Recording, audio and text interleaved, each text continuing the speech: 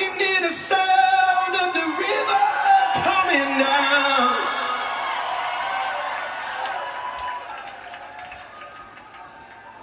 And I can hear the sound of revolution coming down, yeah. I can hear the sound. I can hear the sound of marching over the trees. I can hear the sound of the armies of heaven going before us. I can hear the sound, yeah. All over a nation, Lord. All over a generation, Lord. Raise a generation from the dead, oh Lord. Roll away the stone of religion, Lord. Roll away the stone of apathy and complacency, Lord. Let Lazarus come forth. Let Lazarus come forth. Let Lazarus come forth. Let Lazarus come forth, yeah. No more sleeping love. No more sleeping bride. No more whitewashed tombs with the bones inside. We are a new breed arising, yeah. We are a new breed arising, yeah. We are a new breed arising, yeah. With fire in our eyes. Blow the trumpet in Zion. Blow the trumpet in Zion. Blow the trumpet in Zion. Awaken every heart.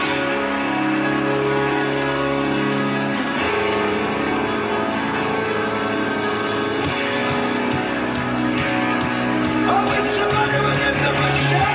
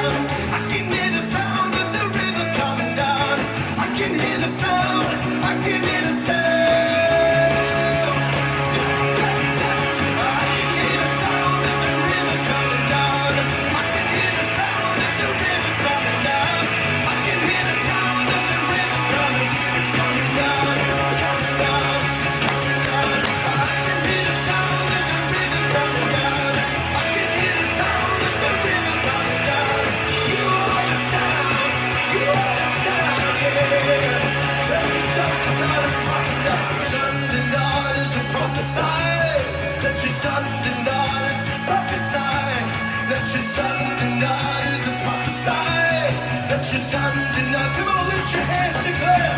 Your sons and daughters to prophesy. Your sons and daughters to prophesy. Your sons and daughters to prophesy. Your son, it's being poured out. Declare and prophesy. It's being poured out.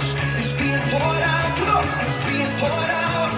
It's being poured out. It's being poured out. It's being poured out. Come on, declare and prophesy.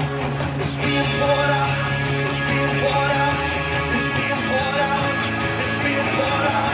All over a generation, Lord, pour out your spirit. It's being poured out, it's being poured out, it's being poured out, it's being poured out, it's being poured out.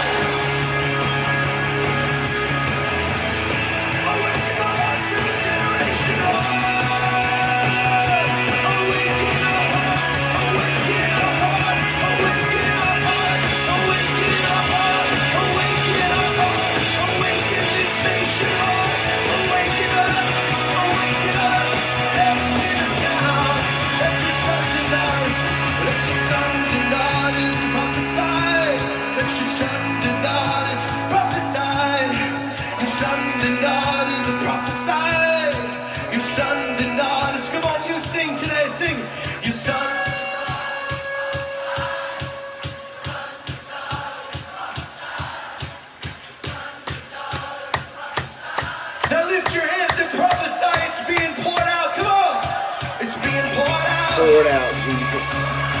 It's being poured out. It's being poured out. About one more minute.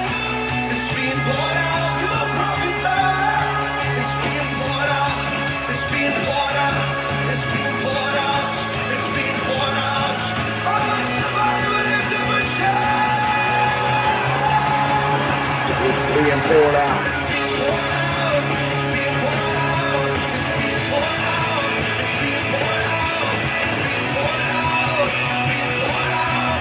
Yeah. I just dance before the Lord. Let the God of glory thunder over his armies. Let the God of glory thunder over his people. Yeah.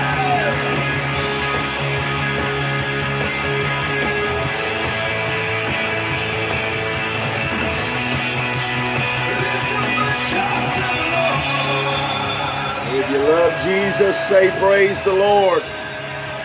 Wherever you're at right now, let the name of Jesus be lifted up, exalted.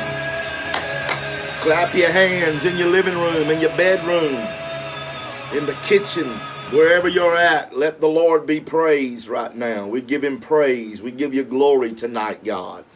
What an awesome and a mighty God who declares the end from the beginning. Never been caught off guard, never been surprised. He's promised us a great outpouring, and that's exactly what he's doing. That's exactly what's happening and going to happen. Listen, folks, people are going to fall away. People are going, it's prophesied that as well. People are going to have their conscience sheared like as of a hot iron. They're going to lose feelings. The love of many shall wax cold because iniquity abound. All that's going to happen. But listen to what I'm going to tell you. God always has a remnant. He's always, when the whole world was full of violence in the book of Genesis, chapter 6, the whole world was turning over to the Nephilim bloodline. What did God do? He had a remnant. He always had a Noah. He's always got a ram in the thicket. He's always got a Joseph. He's always got a Mary. He's always got somebody like you and me, us. And we are part of that end time revival remnant. Somebody's going to have revival. Somebody's going to be used of God. And like Brother Stone King says, it might as well be you and it might as well be me. And so I welcome you tonight. I know the devil's mad. I started this thing tonight. I can't stand it. I got it crooked because me and the devil had one of these. But I turned it on 5 or 6 times, would not come on, kept failing, broadcast, cannot work. So I just laid hands on it, started praying over it, speaking in tongues, and finally I said, in the name of Jesus, you will come on. And it came on, but I'm crooked, but I can't help it. So what? You're in an imperfect world with imperfect people, but we got a perfect gospel and a perfect spotless lamb, Jesus Christ. I am in the Magnolia State, Mississippi.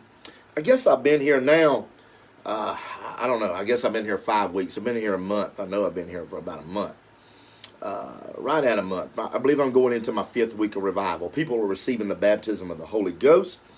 People are being baptized. I mean, God's just doing stuff every service. And we have been so blessed to be here. Pastor John Waskom, his sweet wife, Sarah, their beautiful children, Ellie and Kate.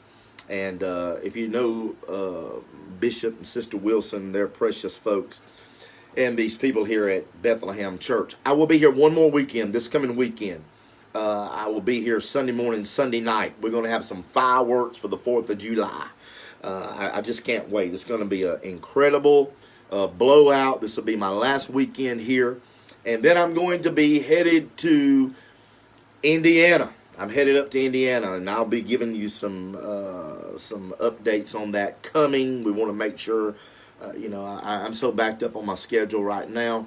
Everything between COVID as well as prolonged revival. Thank you to the pastors and the many people, and I've had to cancel you guys, and you've been so delightful. I mean, I hate it. Some of you guys, I've canceled you before because of other revivals, and I canceled you again. Thank you for being kingdom minded. I really mean it.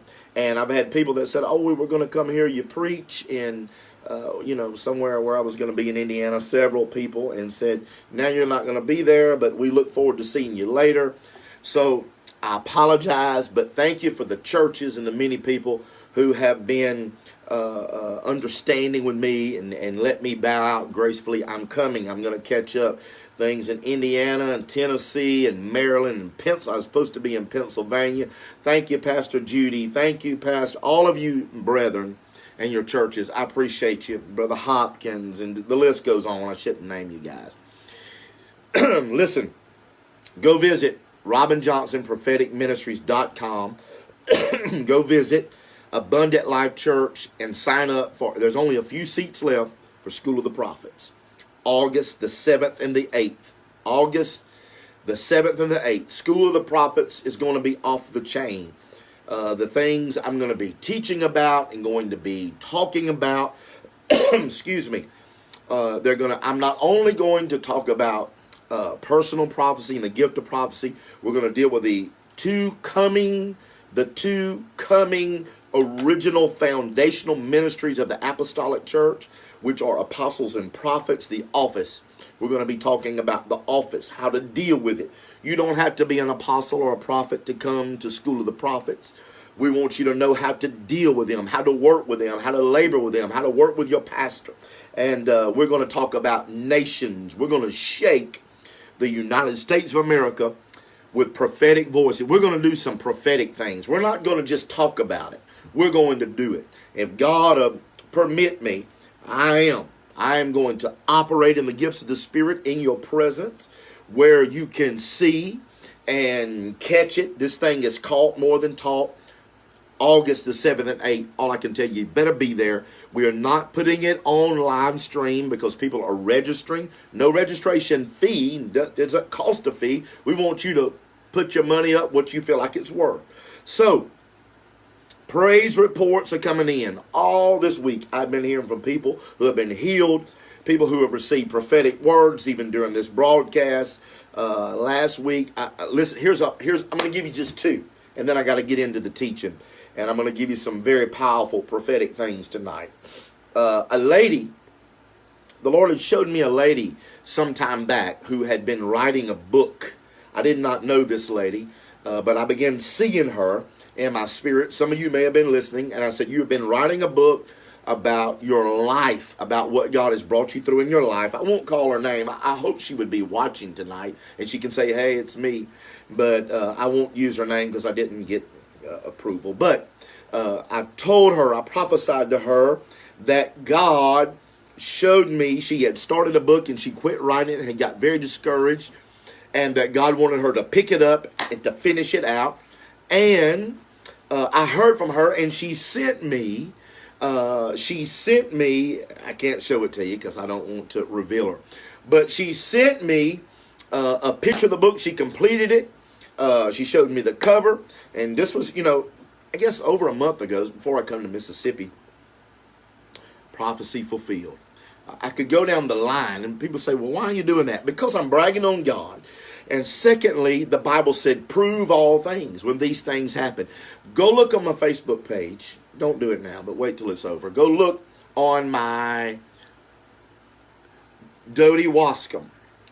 I just see you there. Dodie Waskom is the precious lady's name. I don't know Dodie. I don't know if I've ever met Dodie. If I have, I'm sorry, Dodie. I know you sowed into my ministry one time, but it'd be impossible for me to keep up with all of you sweet people. But yeah, she's on here. Dodie Waskom just finished the book, and I'm praying the favor of God on that thing. Just got to get on. All right, I got to hurry up. Let me tell you about one more thing. I received another. I get these all the time. First of all, me and Lisa want to thank every one of you who sow and give at the end of these broadcasts. Now listen to me, folks. I've had a hard time taking up these offerings and doing this because my wife will tell you I hate it. Because you get labeled and people say you're selling prophecies and lie on you. You know that's not what I'm doing.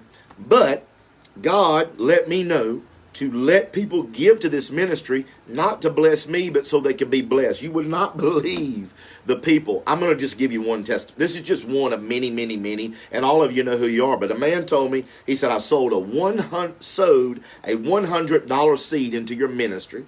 He said, and just a few days later, he said, I received a $10,000 check. $10,000. $100 seed into our ministry, bam. And you've heard the testimonies of God blessing people, 50,000, 7,000, and that's 10,000 is awesome. But I think about the little lady that told me the other day. She said, I sowed into your ministry like $50 or $100, whatever. She said, and I was out of my food stamps. I was out, and she said they started loading my card up. She said my card started going up. I think she said it went to 700 and then to 800. She said, and that's not supposed to happen. That's just as important as the little lady that told me the other day as well. She said, I sowed $100 to your ministry. And she said, when I did, she said, I got a $7 an hour raise. So what I'm saying to you is, if you don't feel like giving, you don't have to give. But we appreciate your giving because we're doing a lot of things. And this is a lot of time and effort goes into this with my very already busy schedule. But it's not about that. It's about God blesses cheerful givers. He loves them. He loves them. And he blesses them 100-fold. Some 30, 60, 100. All right, let me jump into some things here. And I'm kind of debating about something now. But I'm going to deal with some prophetic things tonight. Then I'm going to get into the teaching. Okay, I got to hurry because I got started late. I prophesied to you back in April. About us being back in our churches in June. Now, people that misconstrue prophecy don't listen to the details. I'm a very detail-oriented person when it comes to my words. I don't waste words. I don't throw words around. If you sit and talk to me, you'll find out, I don't talk a lot. I'm not a big talker. I guard the words. I guard what comes out of my mouth.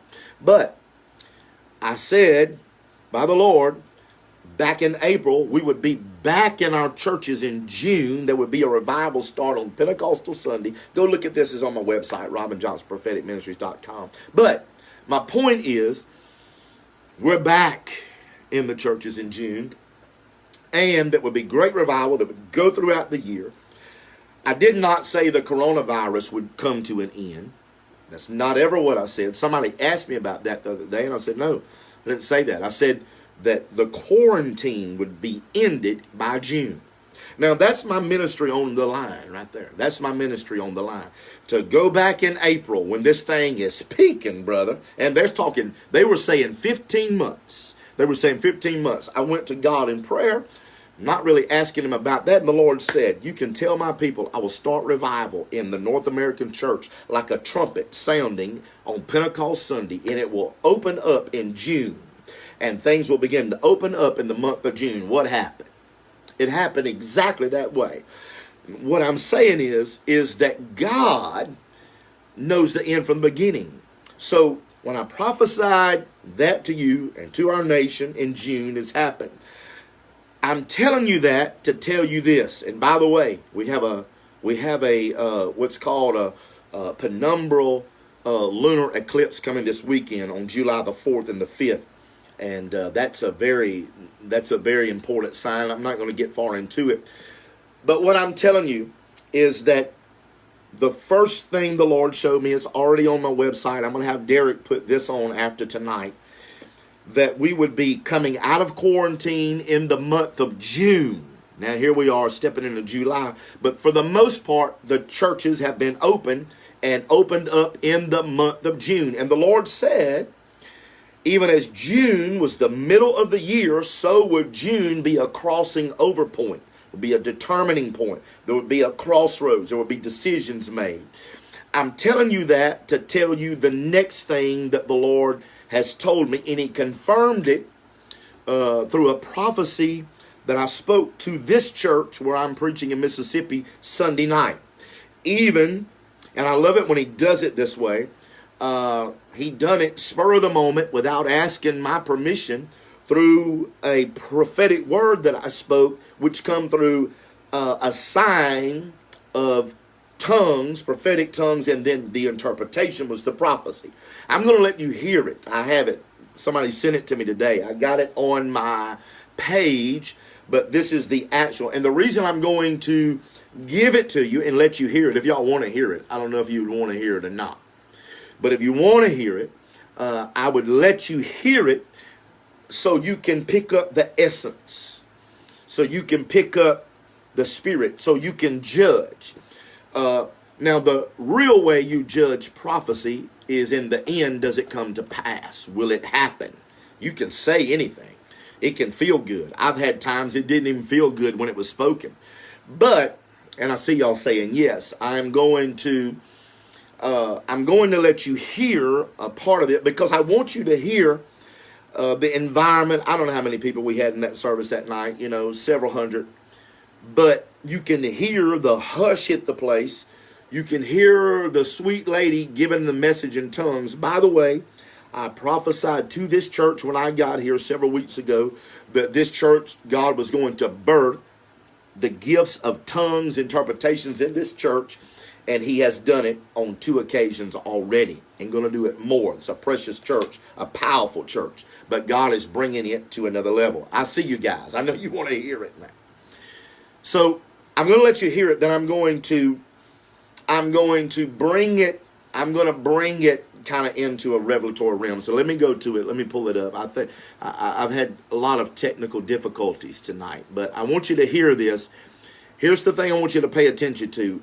I want you to pay attention to the spirit of the matter, what's being said, word for word, not going above or not receiving, going beneath. But I want you to pay attention to Joseph. God spoke Joseph. Wasn't even on my mind. And that was the first thing the Lord spoke to me to interpret this tongue. It would have to do with Joseph. I know it's for this church, but it's for everybody. Listen, this is a word that since then I have felt is for our nation. And I'm a nobody. I mean, I don't have, hundreds of thousands of people following me. But, for whatever reason, I'm doing this, and you're important. The 277, whatever we get to tonight, 300 people and 1,000 that'll listen throughout the week, you're important. So I don't move by numbers. I move by faith. So here, catch this.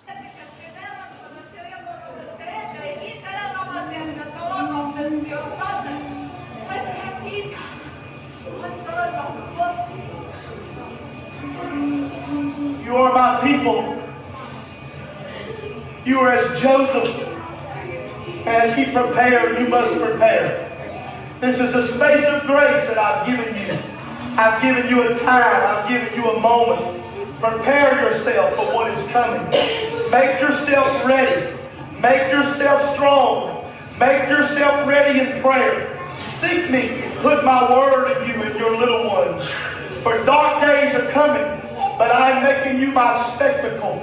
I will use you, but you must prepare now. Prepare now while you have plenty, for there's coming a day of famine.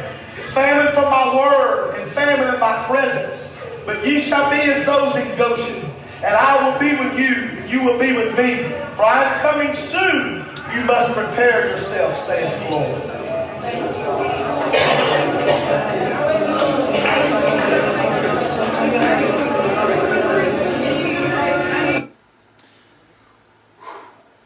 Okay. So you can judge that. Does it edify, comfort, exhort? It also warns. It also warns.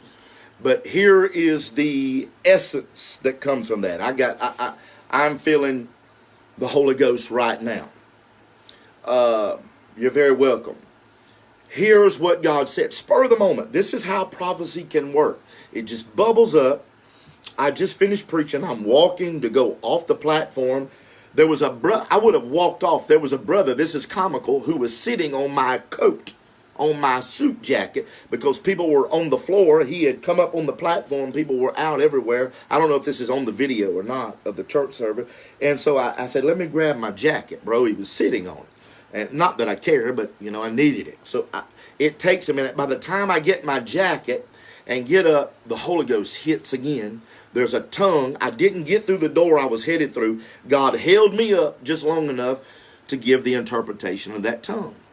Now, here is what I want to bring out about it. The Lord said, you are as Joseph to me.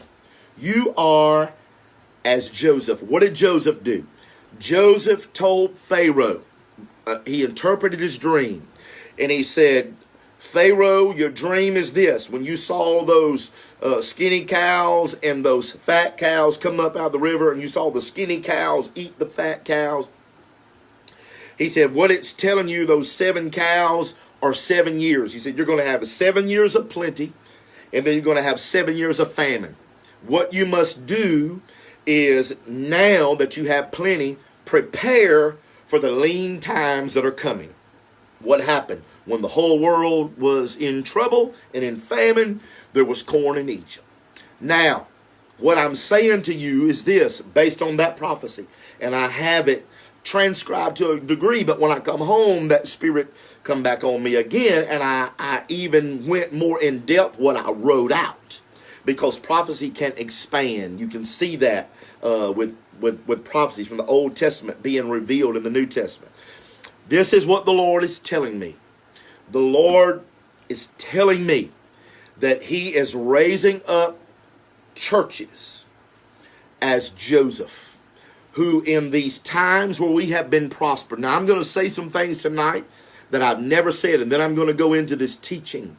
But what the Lord is doing right now is God is giving us, he said, a space of grace that you will begin to prepare yourself with my word, put it in your little ones, and make preparations. What I'm going to say to you is this. You need to begin making spiritual and physical preparations for what is coming towards the end of this year. What the Lord has been dealing with me about is that we have, and I've been saying this. If you go back, I've been telling you this. But I'm putting it in a more of a script here, more of an outline. COVID is coming back. Now, it's trumped up. A lot of it's blown out of proportion. But look at me. It is real. Go look at the prophecy that I give you in 2015 concerning it. But it is going to make a comeback. It is making a comeback. There will be more shutdowns. There will be strict regulations that are coming. And what is about to take place is there is going to be shortages, food shortages. There is going to be shortages again of water, of supplies. And I'm going to say something right now that's what I know the Lord showed me. Now I'm going to make an interpretation on it. This is where you got to be very skilled, as I will teach in the School of the Prophets, how you interpret a prophecy. The prophecy can be correct, but you can try to interpret it, and your interpretation can be off. But I know my interpretation has been guided for several weeks now to make the declarations that I'm about to make to you. Those declarations are this. You need to begin to prepare. It wouldn't hurt to get some water. It wouldn't hurt to begin to have a safety plan. I told a preacher friend of mine the other day, you need to be prepared to protect your house. You need to have what Jesus said. Is there a sword here? No. He said, then sell something and buy one. You need to have protection. Well, Brother Johnson, you're fear-mongering. No, I'm doing what the Holy Ghost told this church and all that will listen on Sunday night. You are as Joseph to me. Prepare for what is coming. A dark day is coming. I'm going to tell you this. Some of you, I don't know what this is going to be about. I just keep seeing it. I keep seeing electricity out. I am not saying, and this is where people mishandle me and prophetic people, because you cannot add to or take away from the word or what a prophet is saying. I see electricity out and people in the dark. I'm not saying the whole United States is going to be under a blackout, though it could be. But I am just saying I am making preparations. Me and my wife are making preparations because I see some things. Now, it could be winter storms. That happens every year.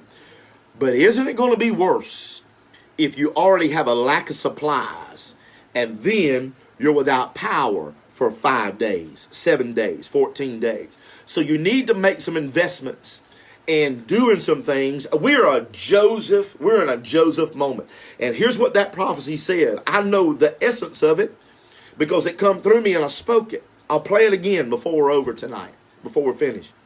He said, I've given you a space of grace, a moment to prepare. We are in the middle of a woman has a contraction, and that contraction, it lets go, and it pauses, and it comes back. We are in the birth pains. I am telling you that you need to get some canned foods. You need to get some water. You need to get a sword, so to speak. You know what I mean? A defense mechanism. Batteries, flashlights. But here's what God said. Prepare yourself with prayer. If you've been praying 30 minutes, go to 45 minutes. If you've been praying an hour a day, go to an hour and a half. If you've been praying 2 hours, go to 2.5 hours. Lengthen your cords and strengthen your stakes, okay? Something bad is fixing to hit our country. I'm just telling you, based on every word that I'm getting. And these false prophets can holler, oh, it's on them. They were hollering this mess before it. When I was telling you before, the sword was coming. When I was predicting what would happen. These guys, oh, it's going to be all right. And they still shouting, hallelujah, everything's great and fair. What I'm telling you that is, I got a track record with you. I got a track record. And that is to say that when you find, it's like your pastor. When you find a pastor that you know he's not in infidelity, you know he's telling the truth. I see some pastors on here that I trust and know, and your pastor establishes rapport with you, that he's not just after your money, that you do pay tithes, but he's not just money hungry, that he's not preaching to down to the people who do not contribute as much, and he is being more accommodating to people who are paying more. When you find that you have a pastor who is preaching the truth with the right motives, you and him have a rapport whereby what he says is validated and you trust him. And this is how it must work in the prophetic. And that's why I am just simply trying to establish a track record. And that's why I've had Derek put these prophecies on there. And I'm going to have him put this one. Is, look at me closely and we're going to move on. Something bad is about to hit our nation again. It's coming. I feel like you have a few months. And you're going to see it tick-tock, tick-tock, tick-tock. Now, I'm not even getting into the political part of it. I'm going to give you one more prophetic word that you've heard me say it. I could pull it back up on a video from about 2 years ago. But I was preaching in a church in maybe Virginia, but Maryland, West Virginia. I don't know, Oakland.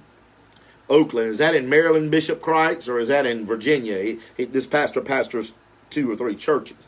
I was preaching in one of his churches, Maryland, Virginia, and the Lord gave me a word, and I spoke it to that church, and I actually told the church, don't put this on Facebook, but one of the men in the church had recorded it and sent it to me, and this is what I said, and this is what I'm going to tell you. Remember this, write this down.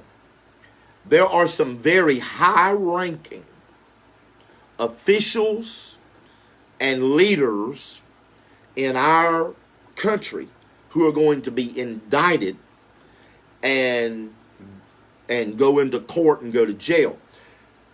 These are political leaders. These are high-ranking officials.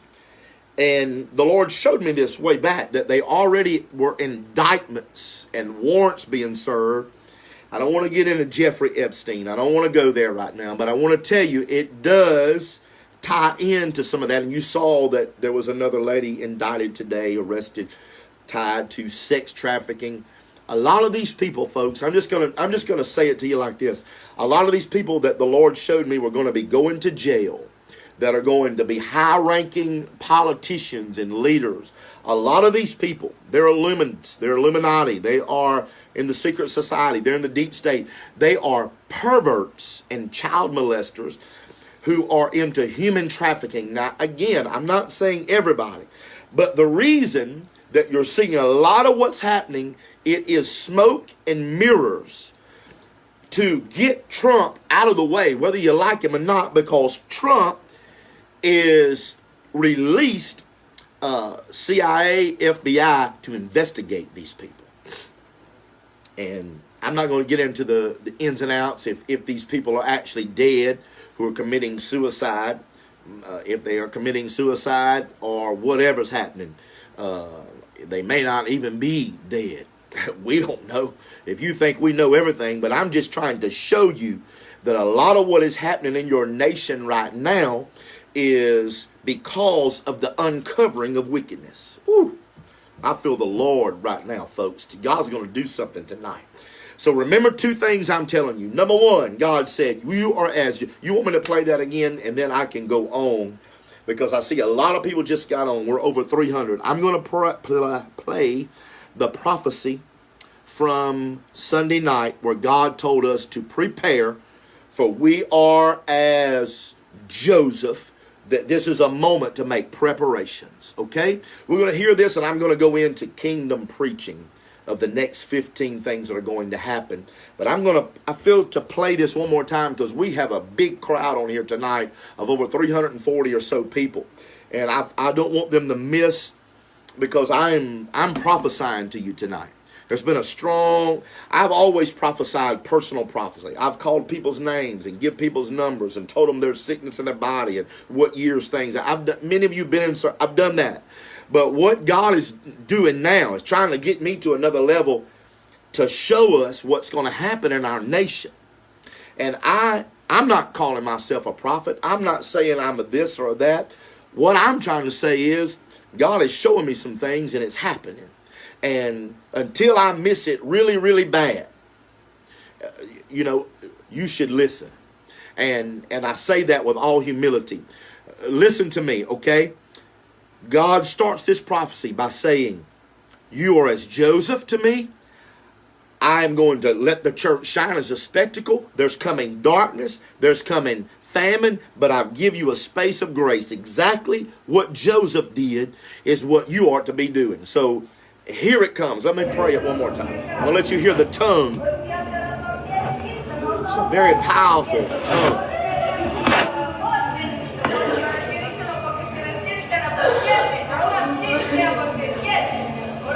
Hear the weeping in this church. I'm saying 300 plus people on their faces at this moment.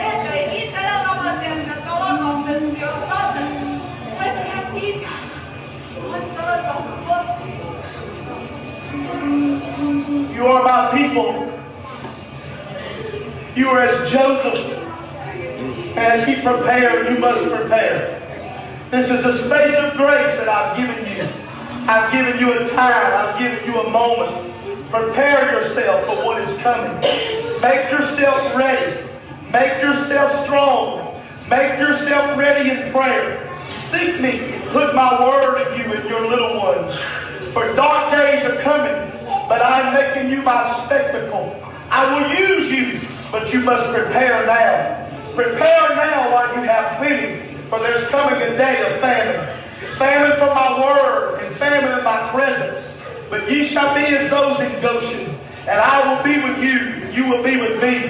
For I am coming soon. You must prepare yourself, saith the Lord.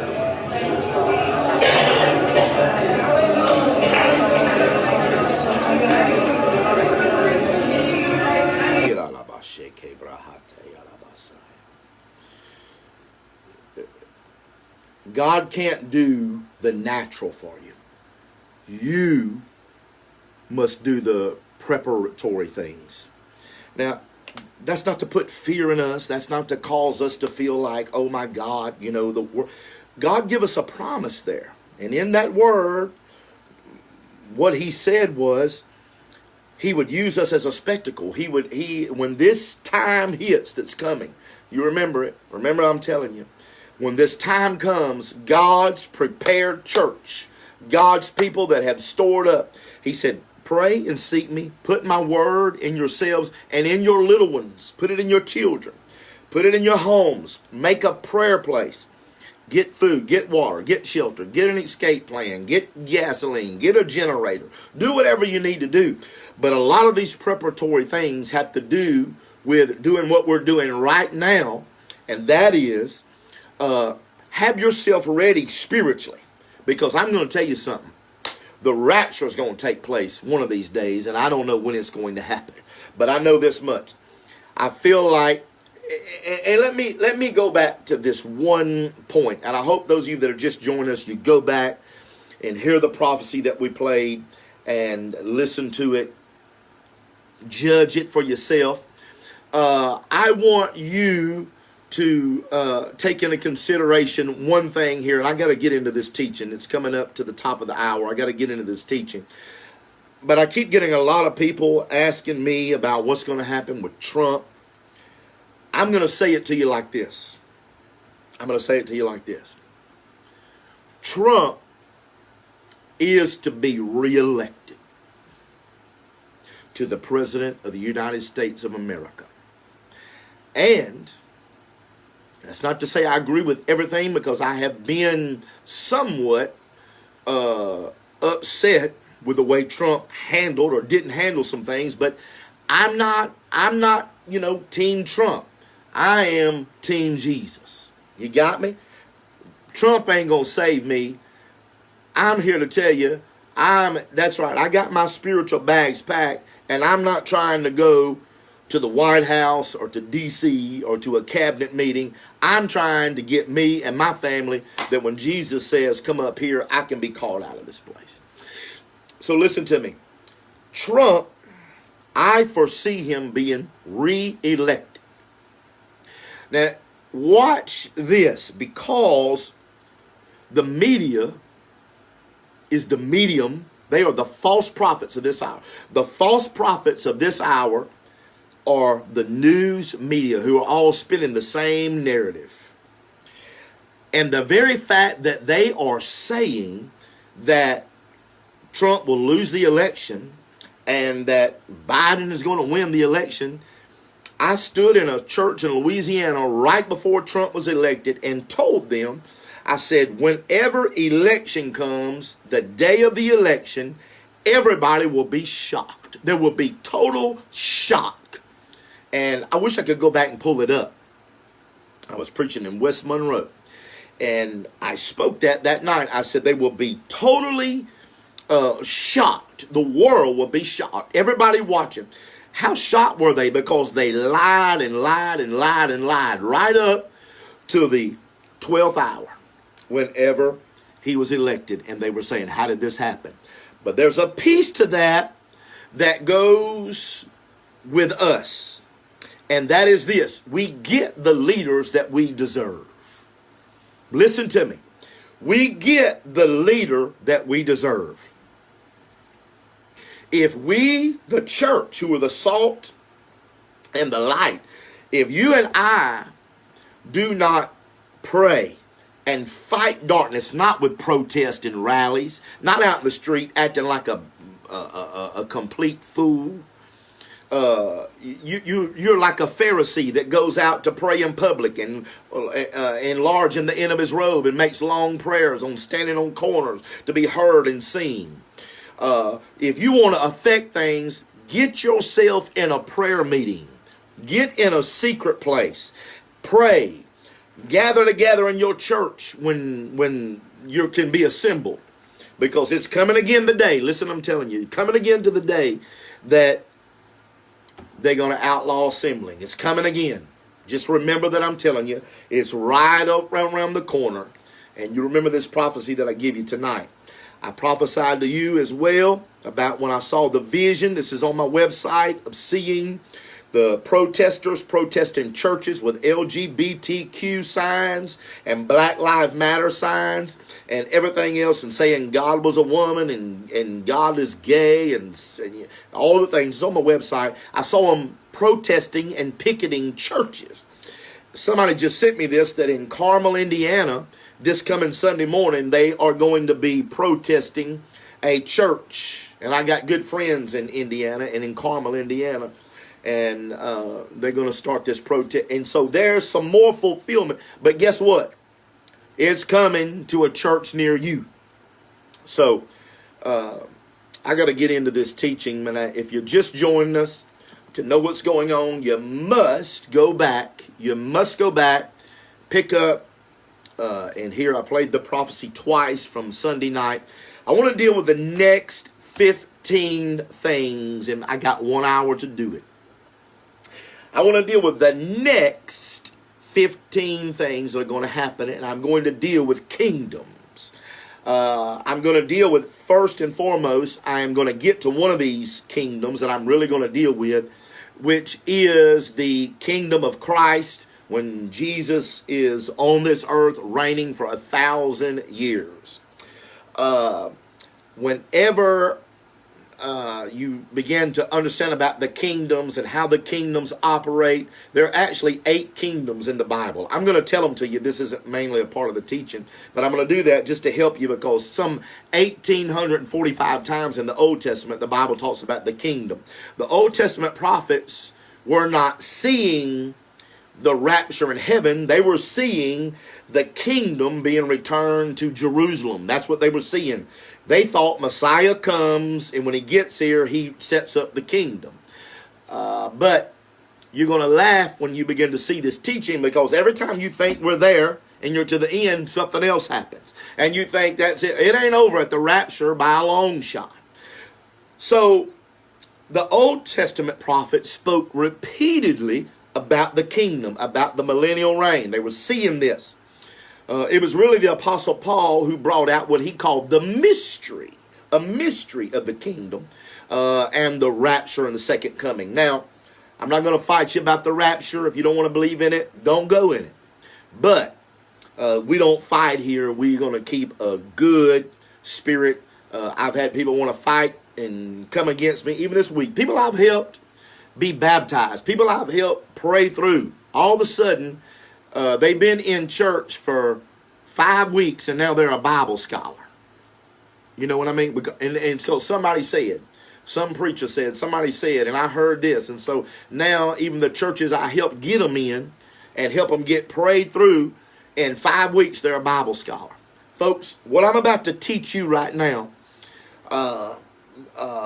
and most of you that have been following me, you know how I teach. I teach right out of the word, even prophesy in alignment with the word of God. But what I'm going to teach to you tonight, hey Audrey, I love you.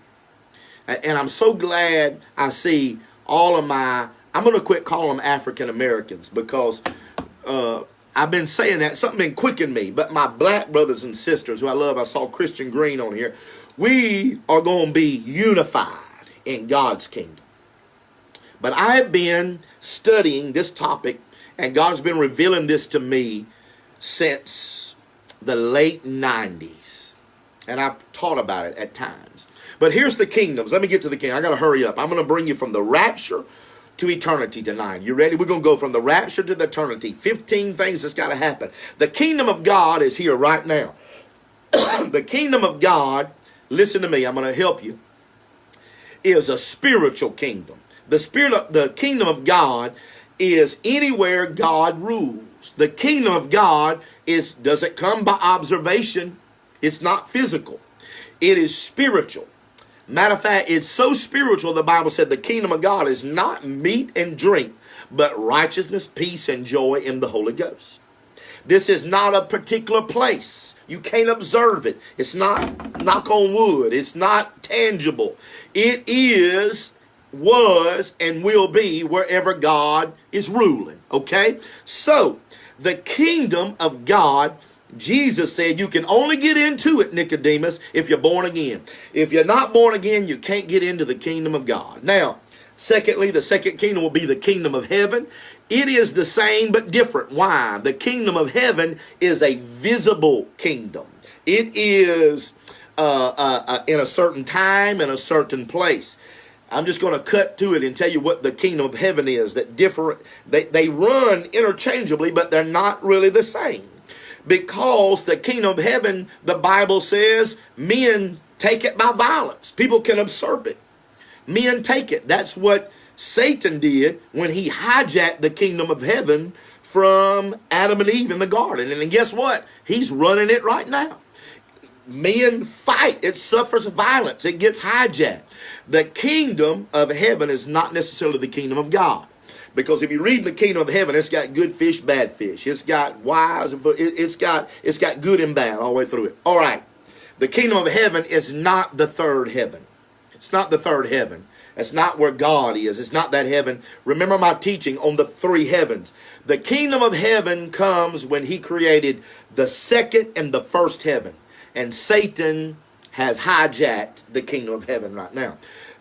Next, we have Satan's kingdom, which is the assertment of the kingdom of heaven. Then you got the kingdom of the Gentiles, which took place whenever the Tower of Babel, when God disperses the languages of the earth. Now you got Gentile kingdoms.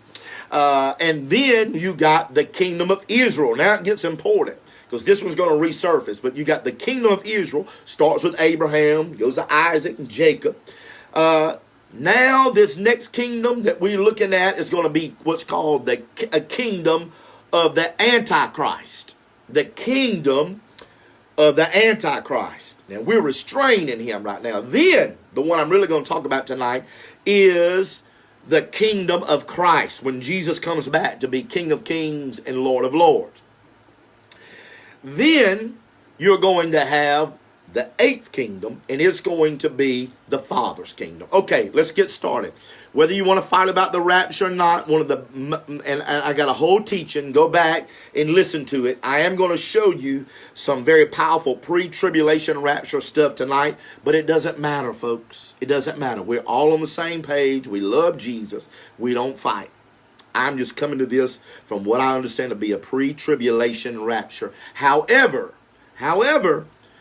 you're going to go through some stuff. Well, that's why I'm telling you, be ready. We're not just going to get caught out of here and not face trouble. In this world, you shall have tribulation. Here's the next major event. It's the rapture of the church in 1 Thessalonians 4 and 16. And I did a whole teaching on it, so I'm not going to spend time on it because I'm going to come back to it. But you put down, I hope you guys have pen and paper. The next big event will be the rapture of the church. Now, that's where I want to pick it up. What happens at the rapture of the church? After the rapture of the church, event number 2 comes right into play. Event number 2 is called the Bema, or the judgment seat of Christ. Whenever you are raptured, you will go to the next big event, which will be called the judgment seat of Christ. 1 Corinthians 5 and 10. 1 Corinthians 5 and 10. We must all appear before the judgment seat of Christ. That word for judgment seat is the word bema. I'm going to tell you what it means. That everyone may receive the things done in his body according what he hath done. Now let me tell you this. When you are raptured and you go to the judgment seat of Christ, the bema, this is not to determine if you're saved or lost. Because brothers and sisters, if you make the rapture, you're saved. You got it. You can't ever mess up again. You are going to get a glorified body. You get in the rapture. When you go to the bema seat, you don't have to say, no. If you make it there, this is not to determine if you're saved or if you're lost. This is for you to receive, he said, the things done in your body. This is your reward ceremony. Immediately after the rapture, there will be a reward ceremony called the Bema, the judgment seat of Christ. This is what Jesus said when he said in Revelation 22 and 12, he said, behold, I come quickly, my reward is with me. Now I want you to pay real close attention to what I'm going to tell you. My reward is with me to give every man according to his work. Now listen to me. I'm going to help some Pentecostals right now who preach works-oriented salvation. I am a one God, Jesus' name, baptized, Holy Ghost filled, all that stuff. But here's where I want there to be a correction. You're not saved because of what you done. You're saved because of what Jesus done. What did the Bible say? Listen to this, Ephesians 2 and 8. Listen, Ephesians 2 and 8. You are saved by grace through faith, not of yourselves. It is the gift of God. Verse 9, not of works, lest any man should boast. Look at me. You are not saved by what you do. Are you ready for this? You are saved by grace through faith. If you can save yourself, you didn't need Jesus. You are saved by the blood of Jesus and by the infilling of his spirit, the baptism, being born again. But, watch. You're saved by grace through faith, but you're rewarded by works. Now watch me, because we can shout right here. We don't do what we do so we can get saved. We do what we do because we are saved. I'm not doing it because I have to do it. If you got a have to do attitude, you're not even going to be rewarded, because you're doing things for the wrong motive. A lot of Pentecostals do things thinking, I got to do this to be saved. You are going back to performance-oriented, living under the law type religiosity, which is done away with or being fulfilled through the blood of the Lamb. Now listen to me. What does happen at the judgment seat, if you can put this in perspective, this prophetic perspective will change your outlook. You are doing what you do now. You're already saved. And I'm not one of these once saved, always saved guy, but I'm going to tell you what. If you're saved, I heard Jeff Arnold say one time, because of the time, if you're saved, you're going to have to work very hard to go to hell, because God knows how to seal you. You're going to have to really work hard to get away from him. You can take yourself out of it. But listen to me. Listen to me. But at the judgment seat of Christ, the bema, you get rewarded for the things you've done. The things you're doing now do not get you saved. They get you rewarded, because when you get to heaven and are saved, God said, I become quickly, Jesus said, and my reward with me to give to every man according to his works. And you are saved by grace through faith, not of yourselves. It's the gift of God, not of works, lest any man should boast. And we got a lot of boasting Pentecostals that say, well, I don't do this because I want to be, and I don't do that, I don't do that. No, your heart is wrong. You're seeing through a glass darkly. You have to understand that you do things for the bride, and the bride does things for the groom because you're in love, and you get rewarded. And that's what's going to happen. The second thing that's happening is the judgment seat of Christ. That's actually called the bema. Herod beat one of these seats. What it is, it's like a raised up podium. Imagine this with me. You're at the Olympic Games, and you know you got first place, second place, third place, and you got the judge who's up on the high seat, and he's saying, come forward, get your crown. You know, let me give you the bouquet of flowers. You get first place, you get gold, you get bronze, you get silver. You will get rewarded based on things that you have done. So listen to me. Quit trying to do things to get what you already got. You're saved. You're doing things to be rewarded. Now that hurts religious people, because they want to earn it. Well, if you want to earn something, you can't earn love, because he loved you if you went to hell.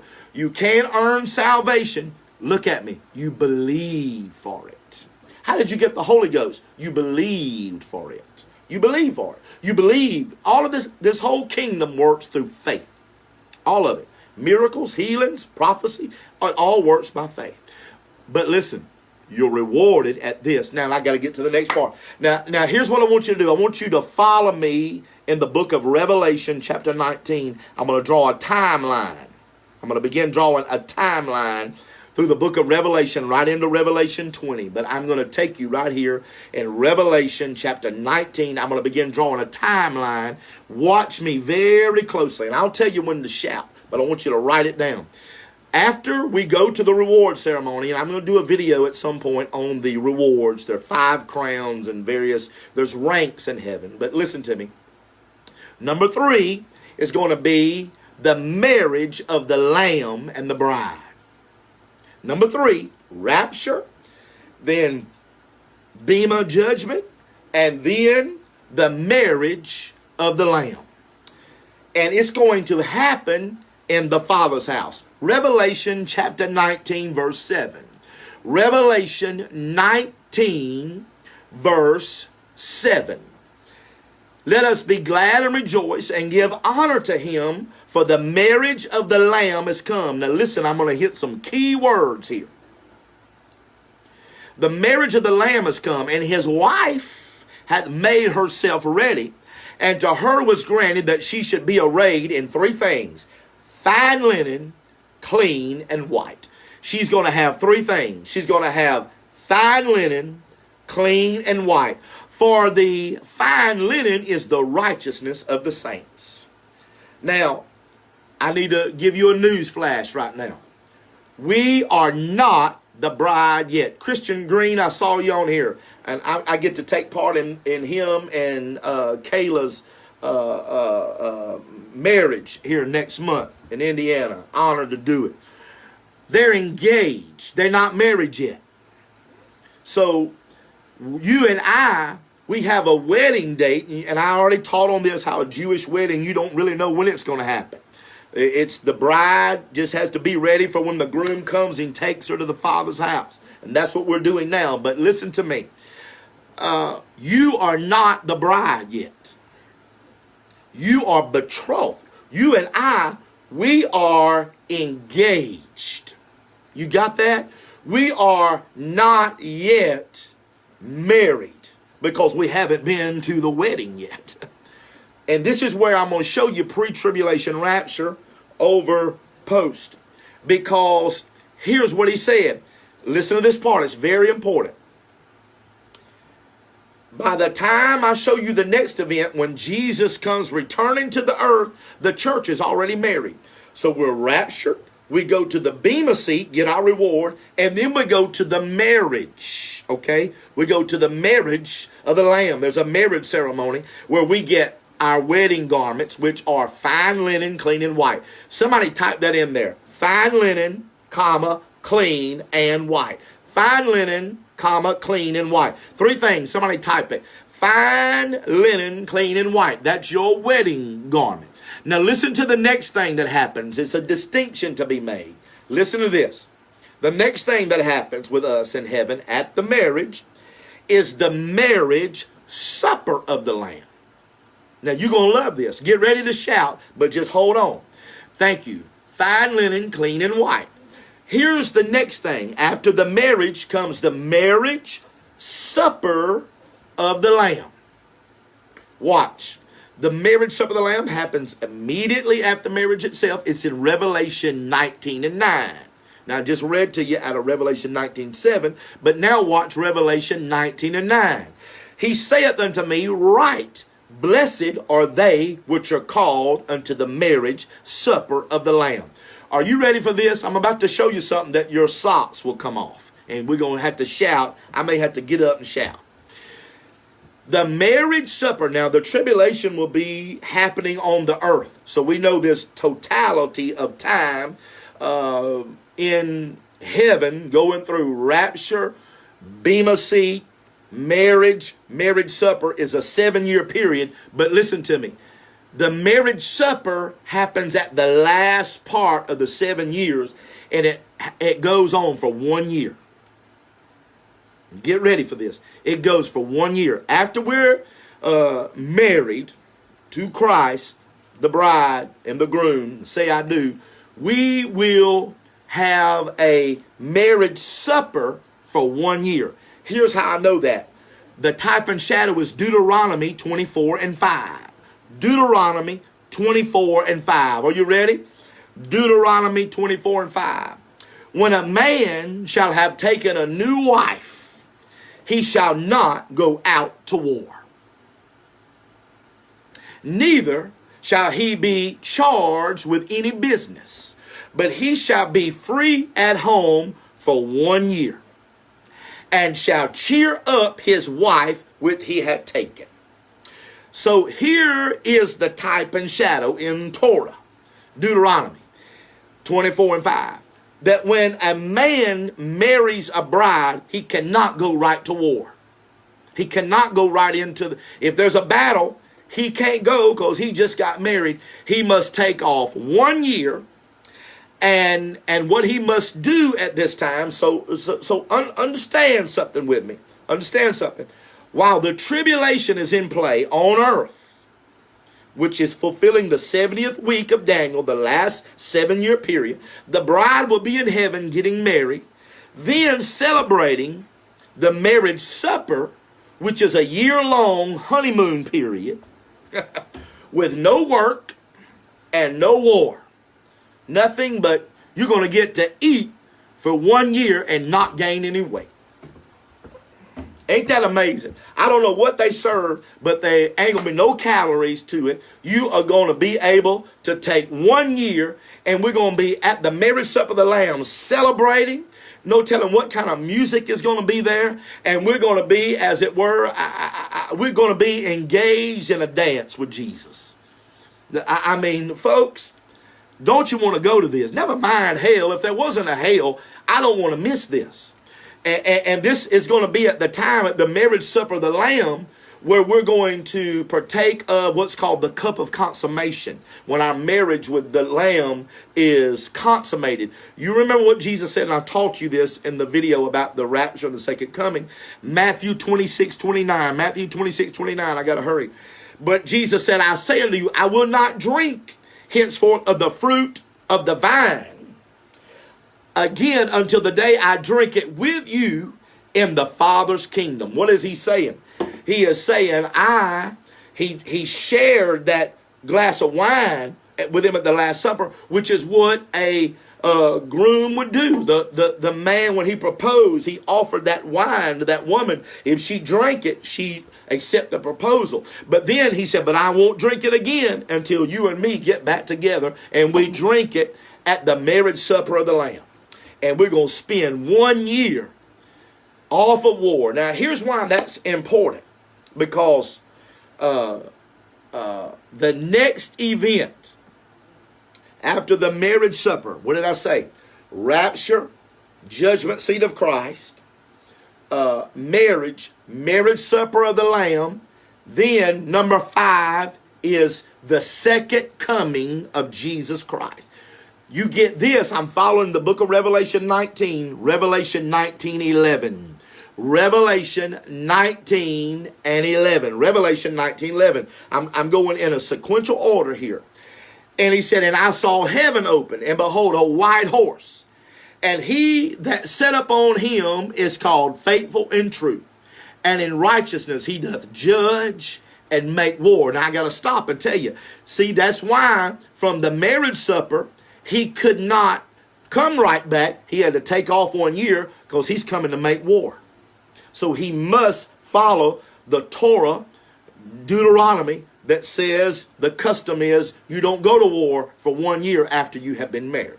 So watch this. Watch this. In righteousness he doth judge and make war, verse 14, and the armies which were in heaven. Everybody say, were in heaven. Now, I'm going to help you who do not understand the pre-tribulation rapture. I'm going to help you right now. Everybody just type, were in heaven. This is what the Bible said. I'm reading King James. The armies which were in heaven followed him upon white horses. And I had you type this a while ago 3 times. Clothed in fine linen, clean and white. Now, here's the thing. Here's the thing. You remember I just had you type this. Fine linen, clean and white. That is the wedding garment. We just saw the bride. The bride is told you get fine linen, clean and white. Now the armies who were in heaven, who are now coming back with Jesus to the earth, They were in heaven. They not in heaven anymore. They are coming back to the earth. And what are they wearing? They are wearing the apparel that the bride wore, which was fine linen, clean and white. Incidentally, the marriage occurs in heaven in Revelation 19:7. Jesus doesn't return until verse 11. So when you look at the order of the sequence of events, the marriage supper, the bride has got to be in heaven, right? I mean, come on, folks. You're in heaven. Now you coming back. I'm going to behave. Let me teach this. So, in other words, listen to this. This is powerful. I must say this.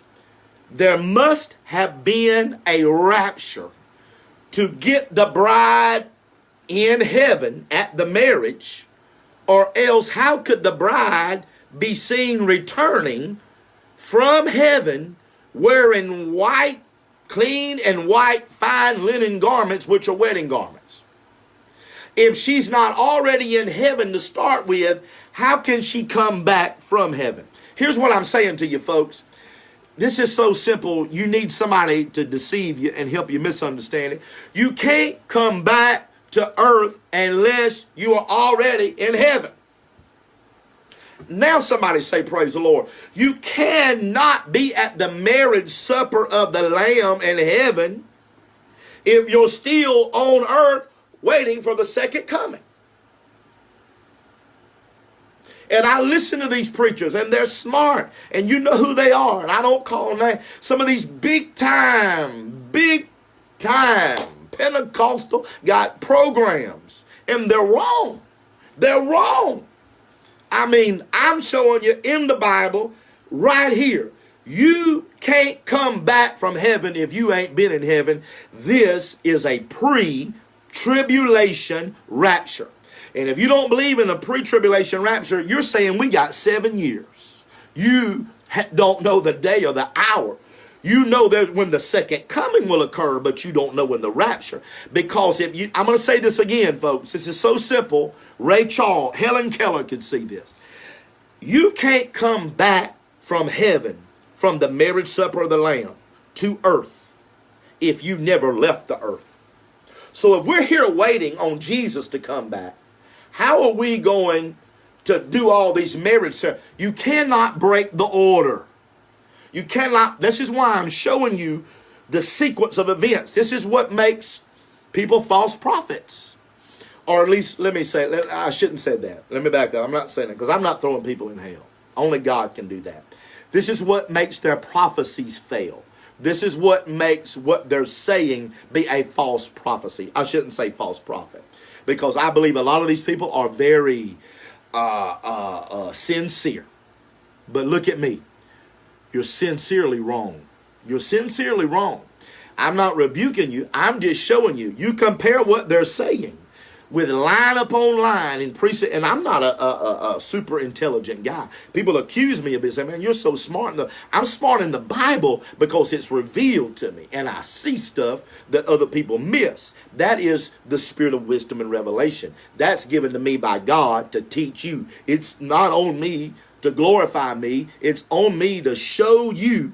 Be ready for the rapture to get you to heaven, get your reward, go to the marriage supper, go to the marriage ceremony, then a year-long marriage supper of the Lamb, and then, let me read it to you again, heaven opens and he comes out with a white horse, and upon him a name written, faithful and true and righteous, he does judge and make war, and the armies which were in heaven followed him upon white horses, clothed in fine linen, clean and white. And if you just take those three words, fine linen, clean and white, and you back up to the marriage of the Lamb, you will understand that you are in heaven before you come back to the earth. You were on earth, you went to heaven, and now you're returning.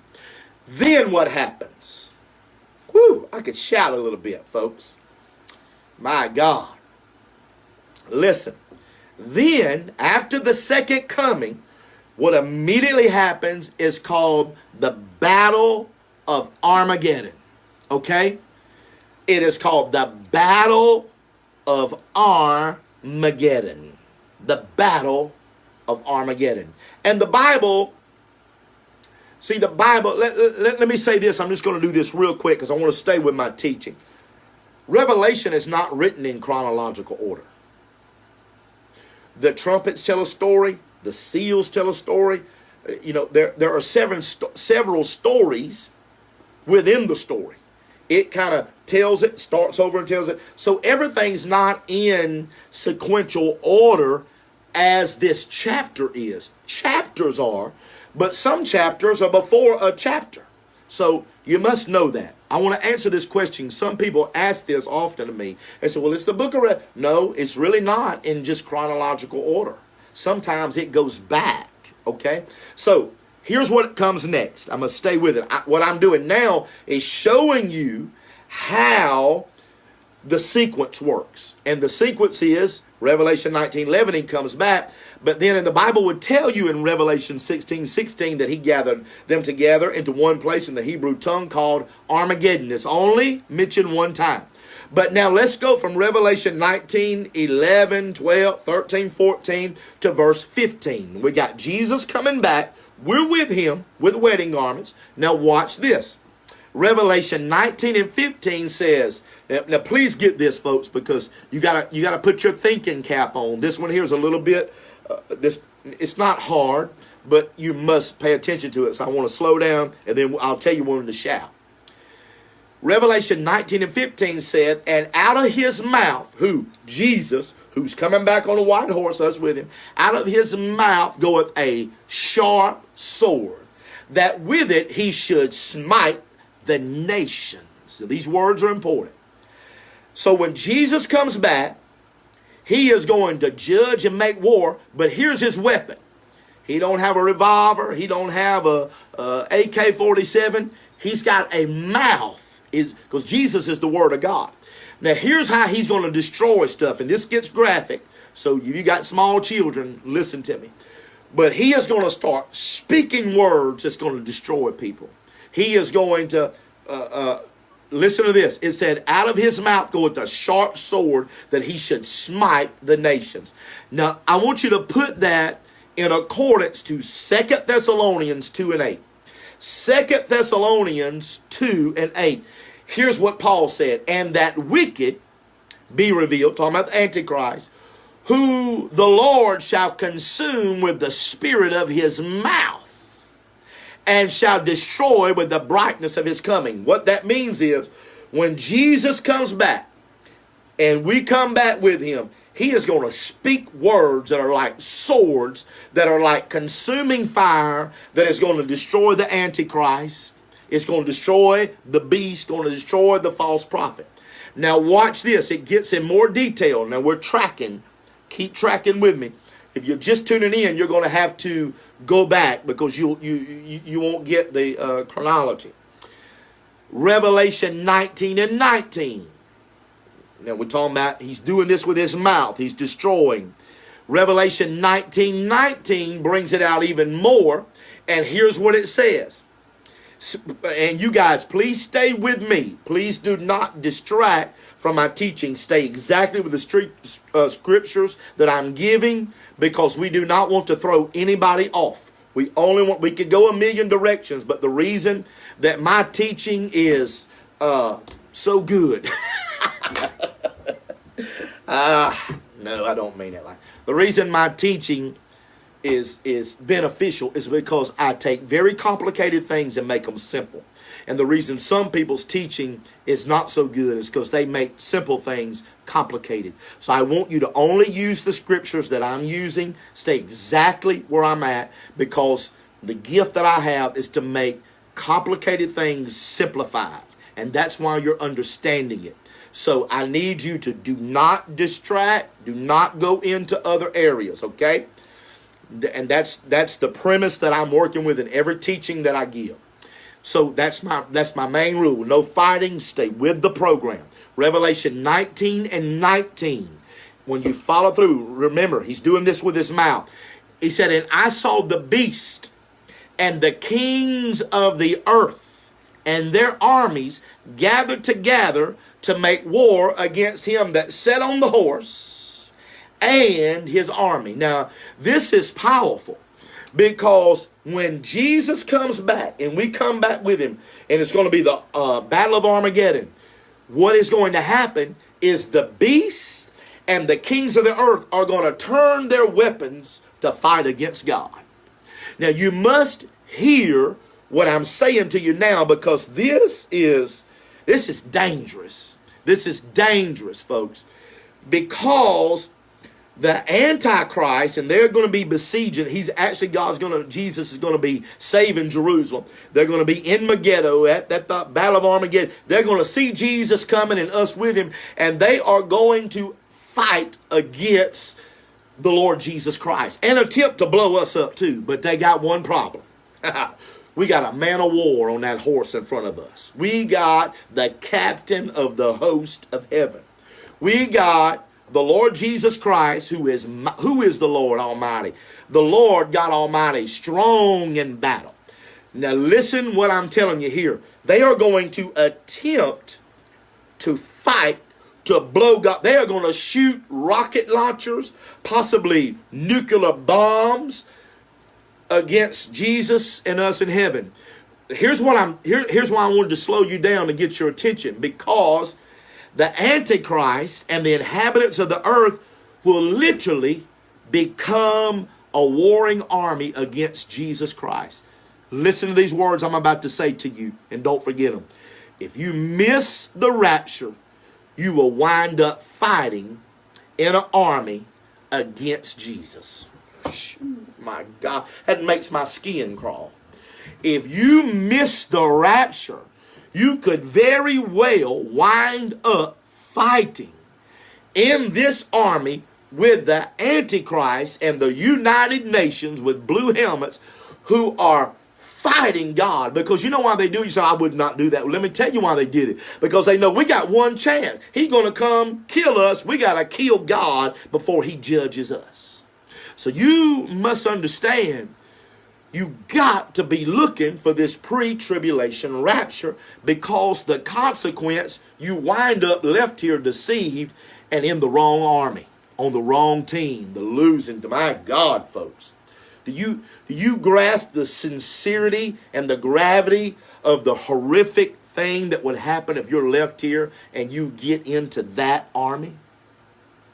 And you shooting M16 grenade launcher firing towards Jesus? Okay, so here's the next thing. Are you ready? Here's the next event. The next event is the destruction of the wicked who survive the tribulation. This is a question I get asked a lot. I'm going to answer it here, but I got to stay on point. Because what Jesus just done here when he comes back, when the Antichrist and his army, something goes out of his mouth, he consumes the Antichrist. He consumes them. He destroys them with the word of his mouth. So here's the next question. What happens to the people who are left? These people with the mark of the beast in the head, these demonically possessed out of their mind, the armies. Well, Revelation 19 and 21. Revelation 19, 21. Revelation 19, 21, when you follow the sequence, says, and the remnant, that means who's left over, were slain with the sword of him that sat upon the horse, which sword proceedeth out of his mouth, and all the fowls were filled with their flesh. So Jesus is going to destroy the Antichrist and the false prophet and these armies. He's going to destroy them. It says it. He takes the Antichrist down, and then everybody who's left, who's got the mark of the beast, they're going to die at that moment. I mean, I know you think of Jesus as the Lamb and as sweet, loving Jesus, and he is. But folks, he will judge and make war at this time, and you're going to want to be on his side. You better fall in love with him and catch what I'm teaching, because all of the people, when he gets ready to do what he's doing next, he destroys the next event. After Armageddon, he destroys the remnant. Everybody left on this earth who took the mark is going to be wiped out. Nobody will go into the millennium because they can't be saved. They have damned and condemned themselves. So, Jesus will slay every wicked person who's left alive that's taken the mark of the beast. And the Bible said we won't even have to clean it up because the fowls of the air will come down and eat their flesh. It's called the supper of God. The supper of God. And you're right, Samuel Pruitt. It will be just that. It will be the lion, not the lamb. It will be the lion nature coming out, the destroying nature. Now, this is the one I want to get to. Man, I got to hurry. Next event, after the destroying of the wicked who are left, the children of the devil, the Antichrist, will come what I call the 1,000-year reign of Christ, or the kingdom of Christ. It's also called the millennial reign, but there's a lot of terms, but you're going to understand this is what was foreseen by most of the Jewish prophets. Now stay right where I'm at, because this is very important. Revelation 20. Now we move to Revelation chapter 20. We move through the end of Revelation. Of course, for the sake of time, I'm being careful. Thank you, David, Kitty. I hope I am doing a good job. And again, I mean what I'm saying. The way these kind of teachings work the best, and you don't typically do this in a revival Sunday night service, is because you got to stay very focused. You got to keep people's attention, and people have to see what you're saying. And so that's what I'm trying to be gifted to do. So we go into the end of Revelation 19. We go into Revelation 20 and 1. Here it is. This 1,000-year reign of Christ. Are you ready? This is where you get really involved. Revelation 20 and 1. I saw an angel come down from heaven, having the key of the bottomless pit and a great chain in his hand. And he laid hold on that dragon, that old serpent, which is the devil and Satan, and bound him, are you ready, for 1,000 years. Everybody type 1,000 years. Just type 1,000 years. 1,000 years. And here's what he does. He cast him into a bottomless pit and shut him up. Woo! I want to say something. Devil, you fixing to shut up. God's going to shut him up. And shut him up. Jesus is about to shut up the devil for 1,000 years. Now watch this. He set a seal upon him that he should deceive the nations no more till the 1,000 years. That's why I want you to get it. People don't believe in this, but it keeps saying until the 1,000 years should be fulfilled. After that, he'll be loose for a little season. And I saw thrones. Listen to these words very carefully. I saw thrones, and they that sat upon them, judgment was giving unto them. Now, this is what I want you to catch. I'm going to explain it. Judgment was giving unto them, and I saw the souls of them who were beheaded for the witness of Jesus. Now, notice, there's some people that die in the tribulation. They get their head cut off because they will not take the mark of the beast. So they get their head cut off. But here's what the Bible says. I saw the souls of them that were beheaded for the witness of Jesus and the word of God, which had not worshipped the beast, neither his image, neither received his mark upon their foreheads or in their hands, and they lived and reigned with Christ. Here it is again, 1,000 years. So here's what's going to happen. He's going to resurrect these people. Now, I want you to understand, this is very important. These people, we call them the tribulation saints. They are not the bride. See, if you make it in the rapture, you are the elite. You are the overcomers. I'm going to tell you something right now, and I'll teach us another time. Everybody doesn't go in the rapture. If you're messing around in sin, we're going to have to live through the tribulation. It is only for people who can overcome. It is for people that are having faith, that are saved, that are in an intimate relationship with Jesus Christ. It is for the bride that understand what I'm talking about. You're not going to go in a rapture you don't believe in and you curse and say there's no such thing. You're not going in it. You can't get healed if you don't believe in healing. You can't get the Holy Ghost if you don't believe in the Holy Ghost. You can't get a miracle if you don't believe in a miracle. You can't speak in tongues if you don't believe in speaking in tongues. You're not going to be able to go in a rapture that you criticize and resist. But watch what happens. There are people who have been saved in the tribulation, they died. He will resurrect them at this time, and they will be saved in the tribulation. Now listen, Christ will resurrect those dead who were saved in the tribulation, and they're going to reign alongside of the bride, but they are not the bride. They don't have on white linen garments. They're not us. They're in a different class, and I'm going to begin to show you that. So after Jesus destroys the beast and the false prophet, remember he destroys them, throws them in the lake of fire, and I'm going to show you more of that. He will send out an angel to bind Satan and cast him into the bottomless pit. So notice, when he comes back, the first thing he does, he destroys the Antichrist and his armies and everybody with the mark of the beast. He destroys them first.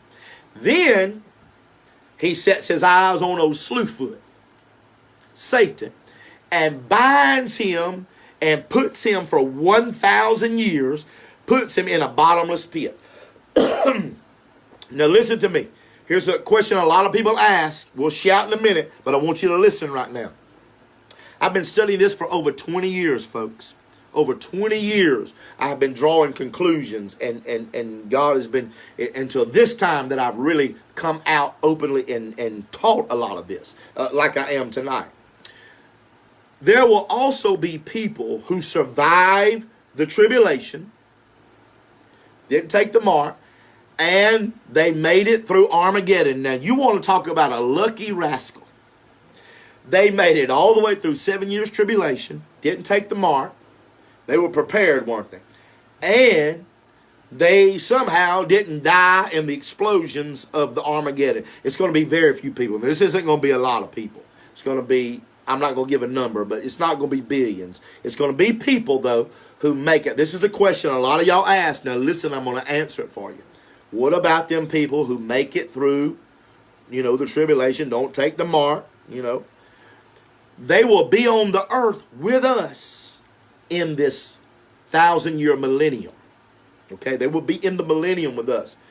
But they will not have glorified bodies. We will. We will be quickly changed in a moment, tweaking around. We will be in glorified bodies with our reward. We will be kingdom status.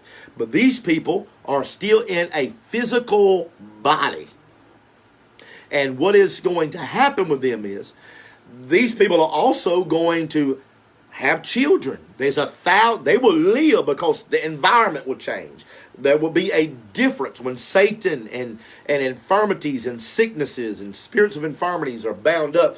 These people will be able to live because there will be a difference in the environment, the atmosphere. They will live through the 1,000 years, but they will not be in glorified bodies as we are. Now listen, it gets important here. They are the ones that we are going to rule and reign over.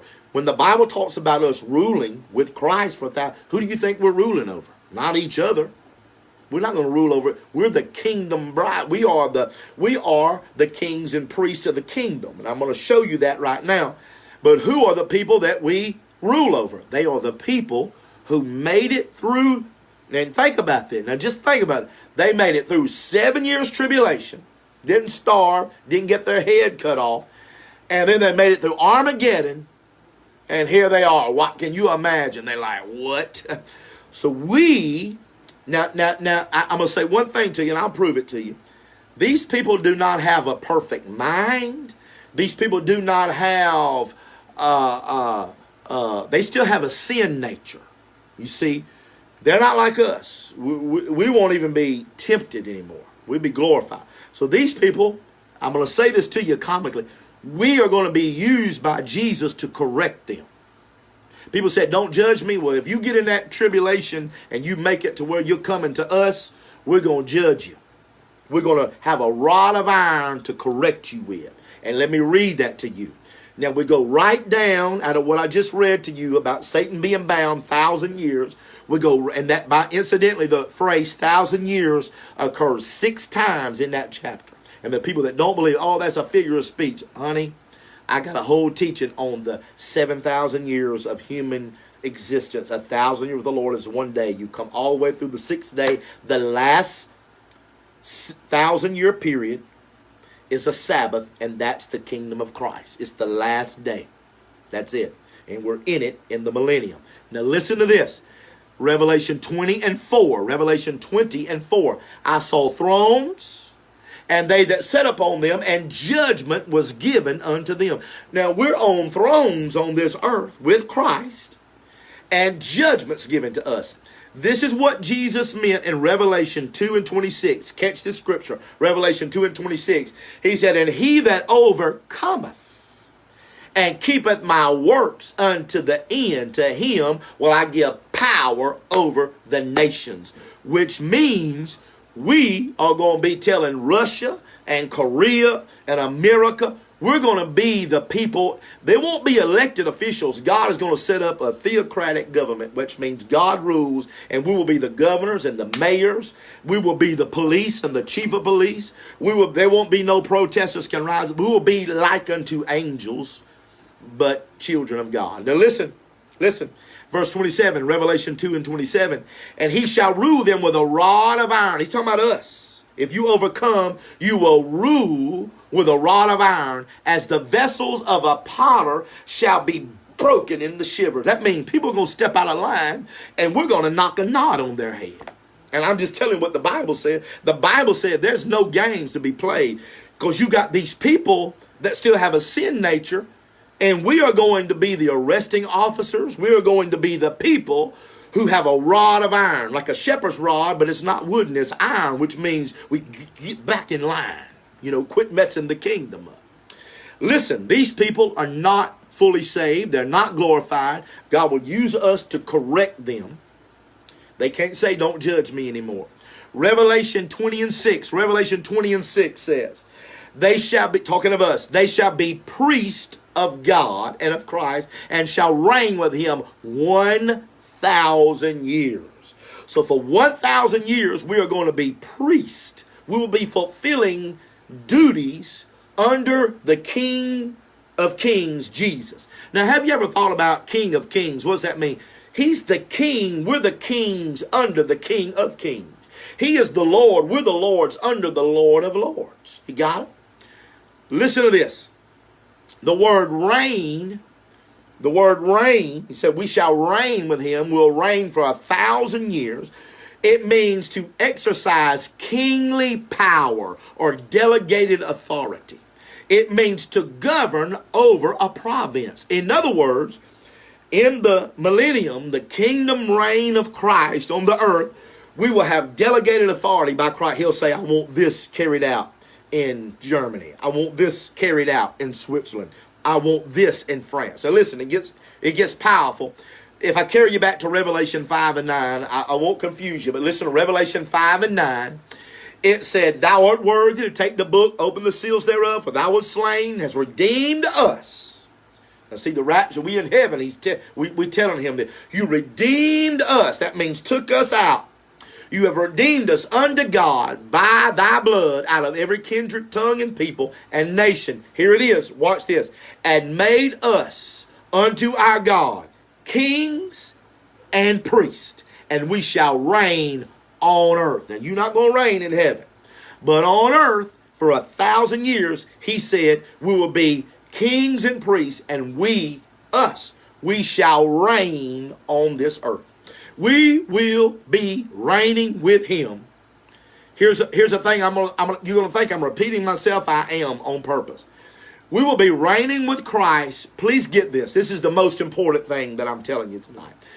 You and I will reign with Christ at that time based on our performance in this present age. What you're doing right now in 2020 will be calculated at a reward ceremony, remember the Bema, and will determine when you get back what your kingdom status will be. That's why he said again, he that overcometh and keepeth my works unto the end, to him I will give power. Listen to this. 2 Timothy 2 and 12. 2 Timothy 2 and 12 says, if we suffer, we shall also reign with him. Now you must get this, because some of you are going through horrific things and you don't know why you're being persecuted. Well, I'm going to tell you why. The Bible says if we suffer, we shall reign with him. If we deny him, he'll deny us. 2 Corinthians 4:17. 2 Corinthians 4:17 says, for our light affliction, talking about what's happening now, our light affliction is for but a moment, but it worketh for us. Now let me say this to you. Your affliction is working for you. 2 Corinthians 4:17. He said, your light affliction, which is but for a moment, it worketh for you a far more exceeding and eternal weight of glory. That means the stuff you put up with, the things that you go through, is going to determine how much glory you have when Christ puts you in a position in the kingdom. Do a good job. Forgive people and move on. What we suffer with and overcome now, ladies and gentlemen, determines what we reign over later. I say it like this. What you overcome now determines what you rule over later. If you overcome it now, you'll rule over it later in the millennial reign, the kingdom reign of Christ. That's why it said, blessed are the meek. They shall inherit the earth. Just forgive them people that do you wrong. Why? Because not necessarily salvation. You're going to mess up your ability to reign. You're not going to have any money in your spiritual bank account, so to speak.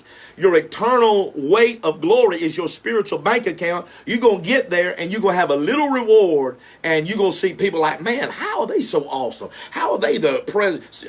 I might be the president of the United States of America. I doubt it. But I'm just saying, the last shall be first, the first last. Why? He is going to reward you based on what you come through and what you dealt with. Okay. Understand this, folks. There will possibly be billions of people who are born during this time. I would say possibly billions. I mean, look at, we got an earth right now with 8 billion. Think about 1,000 years. It could possibly be 1 billion here, born during this 1,000 year.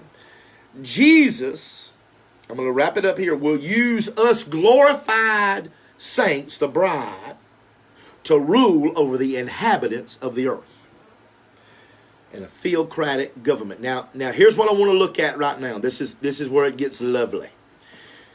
Let's look at the conditions, the living conditions. This will blow your mind, because I'm about to tell you something that you're going to go, what?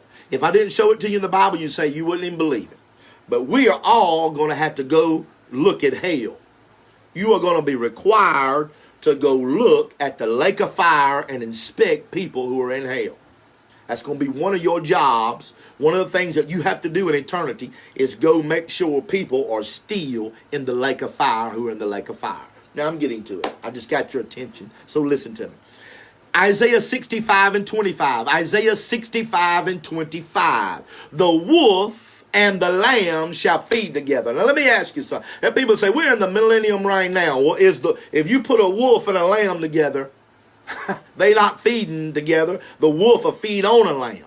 But at this time, the wolf and the lamb shall feed together, and the lion shall eat straw. The last time I looked, lions aren't eating straw. But in this kingdom, look at me, the evil nature will be taken out of animals. And he said, the lion shall eat straw like a bullock, and the dust shall be the serpent's meat, and they shall not hurt nor destroy any in my holy mountain, saith the Lord. Listen to Isaiah 11:6. Thank you for putting those scriptures up there. Isaiah 11:6. The wolf also shall dwell with the lamb, and the leopard shall lie down with the kid, and the calf and the young lion and the fatling together. Watch this. And a little child shall lead them. A little child. I've heard this preached so incorrectly. I'm incorrect. People say, oh yeah, in the last days, little children are going to lead old people. No. He said as a little child is going to lead a lion. That a child is going to grab a lion by his beard like David did and say, come on, come down here to the stream, play with me. He is going to take a child. The Bible said a little child should lead them. Who? The wolf. The lamb, a tiger, an elephant, or whatever appears to be a wild animal. One scripture says they'll play with the asp. They'll play with a snake, a serpent. They'll pet them and they won't bite them. But when he says a child is going to lead them, he said they're going to lead these wild animals that would devour a child. They're going to be in subjection to a little child. It will be, look, it will be again as the Garden of Eden. Okay? Zechariah 14 and 16. Zechariah 14, 16. It shall come to pass that everyone that is left of all nations which came against Jerusalem. Now he's telling you, some nations may not be left because they're going to get destroyed for coming against Jerusalem.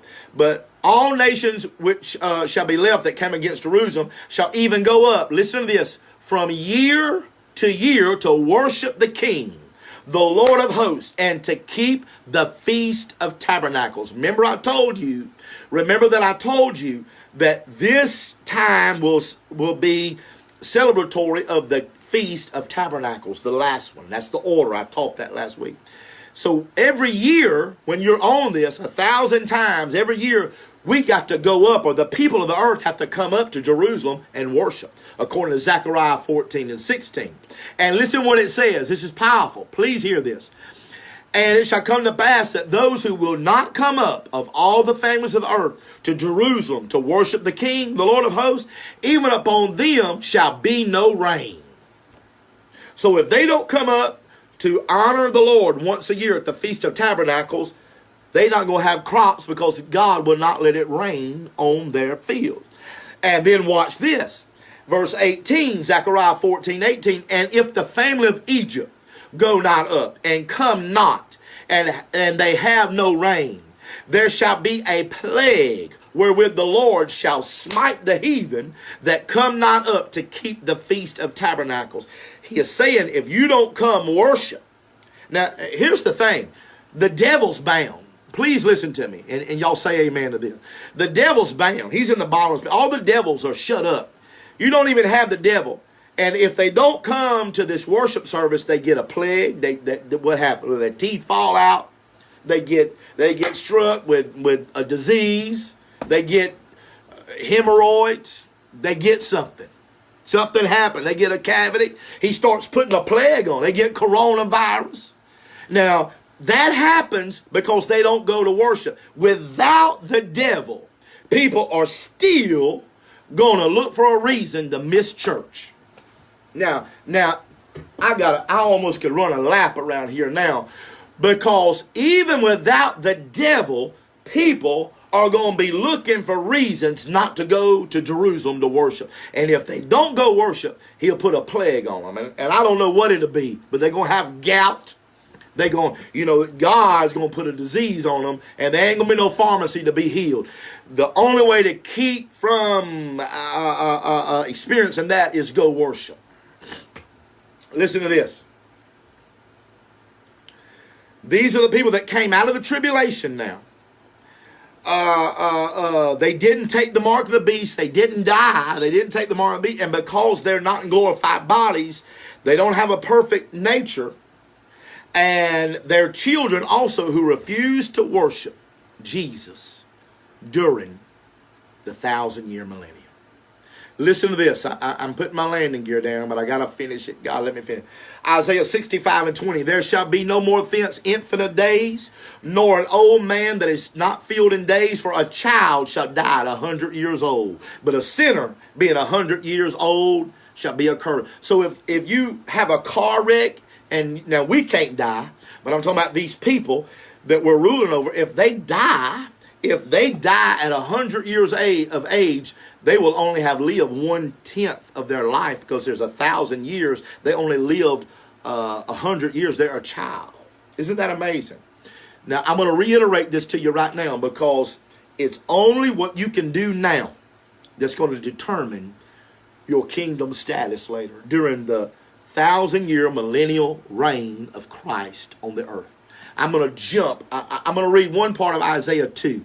I just want to read part of it because we're going to go up. There's so many scriptures to it. It's 1,845 verses about it. But listen, he says in 2 and 4, he said, and he shall judge all nations, talking about Christ, and shall rebuke many people. He's going to be setting up judgment. And they shall beat their swords into plowshares, and their spears into pruning hooks. So they're gonna take their weapons and make farming instruments out of it, because nation shall not lift up sword against a nation. Now here's the next thing that's going to happen at that time.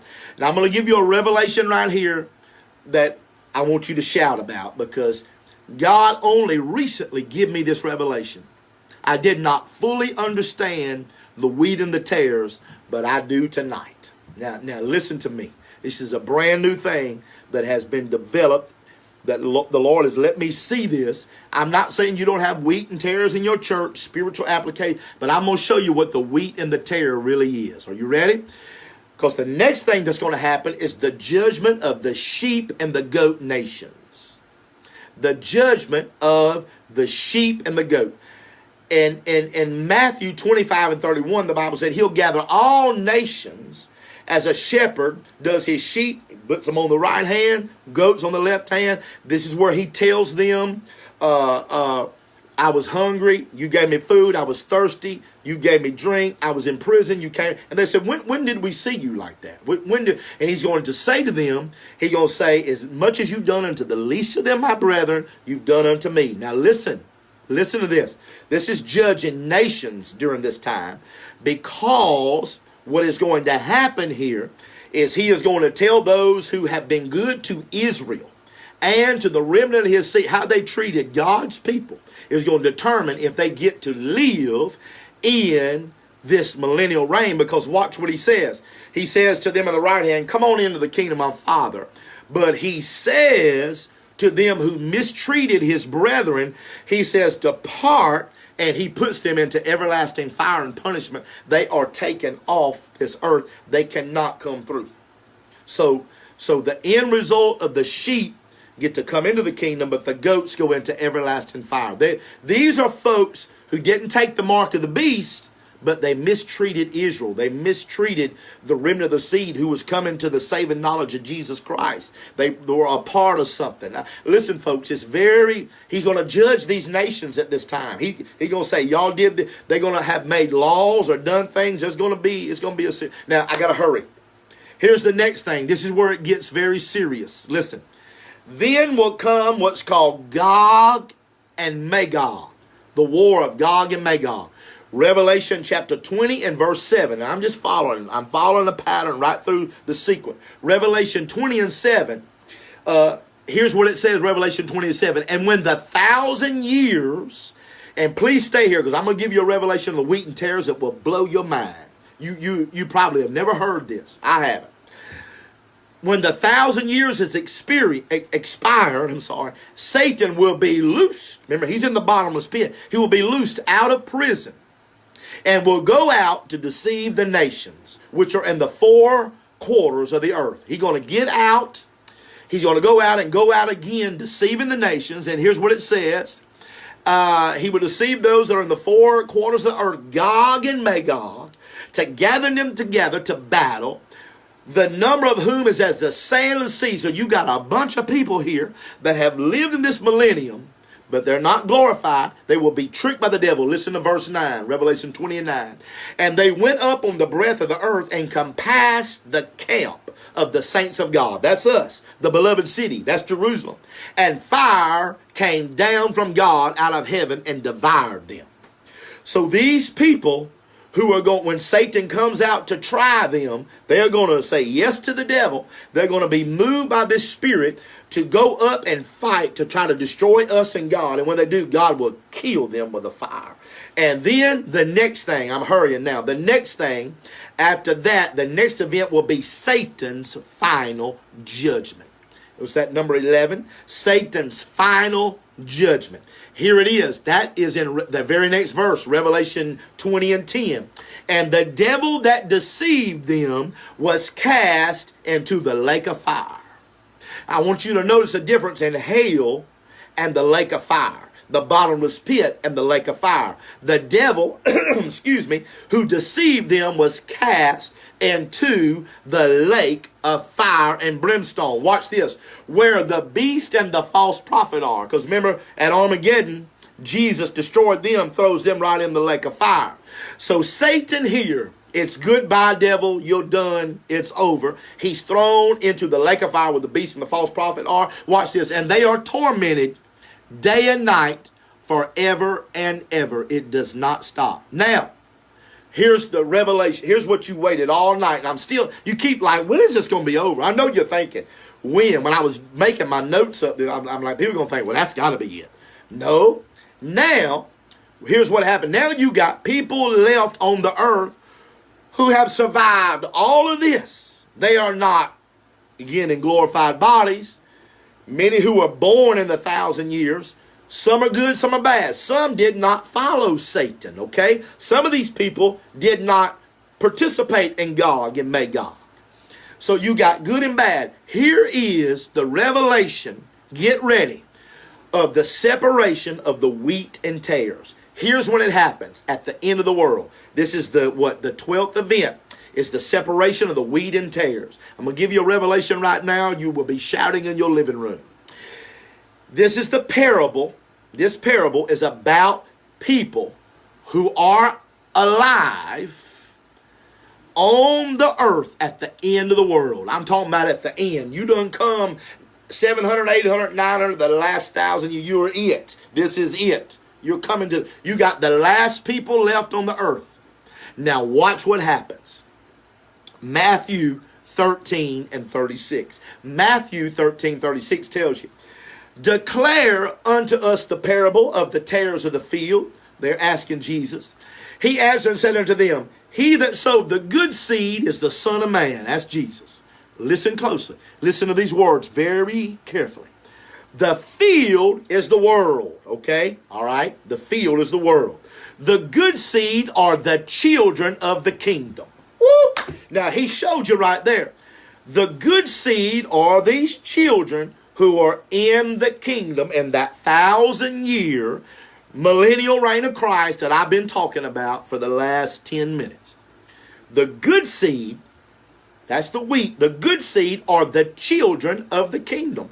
But the tares, listen to this, are the children of the wicked one. Watch this. The enemy that sowed them is the devil. The harvest, here it is right here. Here's the part that this jumped out to me. The harvest is the end of the world. Wow. I never seen it. Till I started studying this, I never seen it. The children of the kingdom, that's us. Now watch what he said. The enemy that sowed them, that's the devil. Remember, he went out to deceive them. Remember? But he didn't get everybody to participate in the army of the battle of Gog and Magog. You got people left, they got tricked by the devil, but they didn't participate. They're still alive. Okay, at least they didn't die because they didn't come in. But watch. The harvest is the end of the world. Wow. Now watch this. The harvest is the end of the world, and the reapers are the angels. Isn't this amazing? The reapers are the angels. And watch this. As the tares are gathered and burned in the fire, so shall it be at the end of this world. Folks, we are talking about the end of the world. He says, so shall it be at the end of the world. The Son of Man shall send forth his angels, and they shall gather out of his kingdom all things that offend and that do iniquity, and cast them into the furnace of fire, and they shall be wailing and gnashing of teeth. And then shall the righteous shine forth as the sun in the kingdom of the Father. What that means is the separation of wheat and tare. He is going to take people who have made it through the end. This is the final judgment at the end of the world. And if they were tricked by the devil and deceived, they're thrown in the lake of fire by angels. But the others, he says, come on into the kingdom of the Father. The kingdom of the Father is the next thing, because that's not the millennial reign. The kingdom of the Father is the eternal kingdom. Now listen to me. The righteous who are alive at the end of the world go into eternity. The unrighteous who are alive at the end of the kingdom in the world go into hell. Now, here's the question. What about those who died during that? Now, we just told you what happens to the people that are alive. He judges them. He gets to the end and says, now here's the people that's alive, the end of the 1,000 years. These are saved, these are lost. What about the people who died in the kingdom in the 1,000 years? Well, very next verse, Revelation 20 and 11, is called the white throne judgment. I'm almost done. Please don't leave me. Revelation 20:11. I saw a great white throne, and him that sat up on it. From his face, the earth and heaven fled away, and there was found no place for them, referring to the wicked ones who the angels removed. Remember, there's no place for them on the earth. And he said, I saw the dead, small and great, stand before God. These are the dead. These are people that died in this kingdom 1,000 years, we cry. They died. I saw the dead stand, small and great, before God. The books were open. Another book was open, the book of life. And the dead were judged out of those things written in the books according to their works. See, in that kingdom, it's going to be according to not what you believe. Now it's being saved by works. And watch this. And the sea gave up the dead which were in it, and death and hell delivered up the dead which were in them. This is all dead people. And they were judged, every man according to their works. And watch this. And death and hell was cast into the lake of fire. This is the second death. And whosoever is not found written in the book of life is cast into the lake of fire. This is the second death. What do I mean? People who died and were in hell now are thrown into the lake of fire. My observation of this white throne judgment, nobody makes it out alive. These are all dead people who died lost in the 1,000 years. Listen to this. These are the unrighteous dead described in Revelation 20 and 5. But the rest of the dead live not until the 1,000 years were finished. And now that where the 1,000 years is finished, he resurrects dead people who are going to go to hell based on their works. This is the judgment of the unrighteous dead called the second death. Listen to me. Now, the next event, I'm almost there.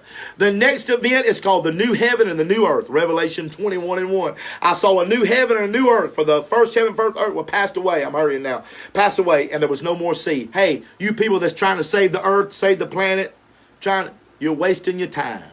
This earth is going to be remade by fire. Now, here it is. Isaiah 64:22. For as the new heavens and the new earth, which I will make, shall remain before me, saith the Lord, so shall your seed remain, and your name remain. It shall come to pass that from one new moon to another, from one Sabbath to another, shall all flesh come worship before me, saith the Lord. Watch this. And there shall go forth, and they shall go forth and look upon the carcasses of men that have transgressed against me. For their worm shall not die, neither shall their fire be quenched. They shall be an abhorring unto all flesh. You and I, he just said, are going to go from every new moon, we're going to go look in hell and look at people who transgress, who the worm dieth not, whose fire is not quenched. You are going to, it's going to be a reminder of what he saved you from. And that's in your Bible. And in Isaiah the prophet 64:24, you're going to look at the carcasses of men and say, thank God what he saved me from. You're going to do that from Sabbath to Sabbath and new moon to new moon. Here comes the last one. Are you ready? The new Jerusalem. The new Jerusalem. Revelation 21:2. And I, John, saw the holy city, the new Jerusalem, coming down from God out of heaven, prepared as a bride, adorned for her husband. And then they said, the tabernacle of God is with men. Verse number 10 said, he carried me away in the spirit to a great high mountain and showed me that great city, the holy Jerusalem. Now listen, you got to get it here.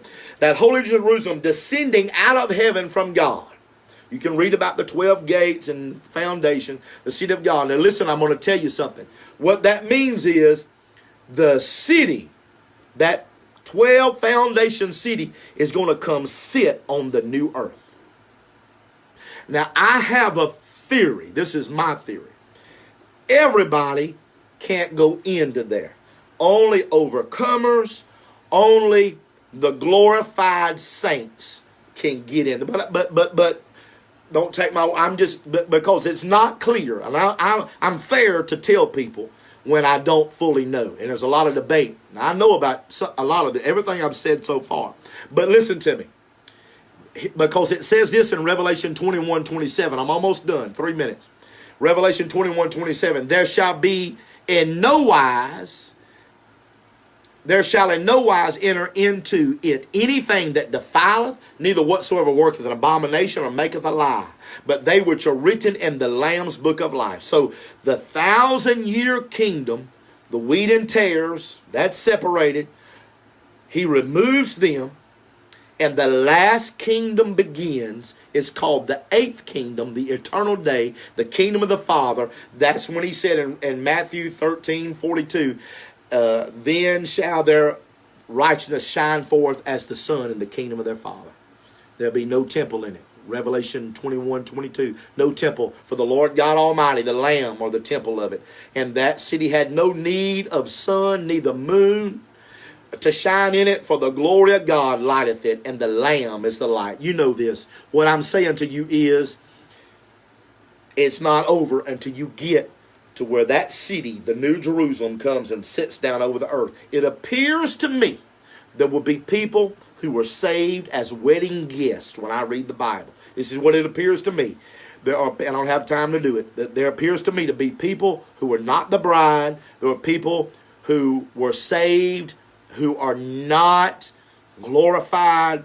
They cannot go into the city. Blessed are the pure in heart, they shall see God. It just appears to me, I'm just telling you what I think. I'm not making a doctrine. You study it. It appears to me there are people that will be saved as friends. And I have friends that believe this as well. They can be on the earth here, but they can't go into that city. Oh my God, don't you want to go? Hey, I want everybody right now, we're about to pray. God, have mercy. Do you hear what I'm telling you? To make preparations right now. There needs to be a preparation made in our hearts and our minds right now. I just feel like God's about to do something mighty for us. God is about to restore us. I'm going to begin to pray for you right now. There may be some of you here who are, you possibly have been away from God. You're not right where you need to be with the Lord. This is an opportunity for you to get there. This is an opportunity. I want you, wherever you're at right now, we're going to pray for healing. We're going to pray for blessing and favor and direction. We're going to pray for all these things. But I want you to raise your hands up with me right now and say, God, I want to make it in the rapture. And I want to make it into the city, the New Jerusalem. I want to make it. Folks, let me tell you what I'm saying. And you don't have to believe this part. I don't want to be outside the gate and I can't go to the throne. After all the hell you fought, everything you went through, you're going to miss the rapture, not be the bride, come through without a glorified body. When everybody's ruling and reigning on earth, you don't have a reward. You've got to make it through perseverance, and now it's works, and you don't qualify because in the millennium you get judged that you still were messing up and making errors and blunders, and your works weren't correct. You didn't worship. And so you saved up to this point. You didn't get tricked by the devil, but what if you can't go into the throne room? I mean, don't miss it. Would you raise your hands with me right now? We're going to go into a place of prayer. We're going to go into a place of prayer, and we're going to begin to ask God right now to just open up our minds and our hearts. Exactly right. He that endures to the end shall be saved. I come to tell you, you're not the bride yet, but you're going to be. He's not appointed us to wrath, but to obtain salvation. Would you raise your hands to the Lord Jesus right now and tell him, I'm going to tell you why I want you to do that. He said, you pray that you're accounted worthy to escape all these things that shall come to pass and stand before the Son of God, the Son of Man. That's Jesus. Pray that you're accounted worthy. Pray, God, I know I'm going to be saved, but Lord, don't let me go through unnecessarily tribulation. Don't let me go through a trial I don't need to go through. I feel like God right now, while I've taught this lesson, he is going to some of you got paths of destructions, and I'm going to prophesy in a minute. Some of you are on collision course with paths of destructions.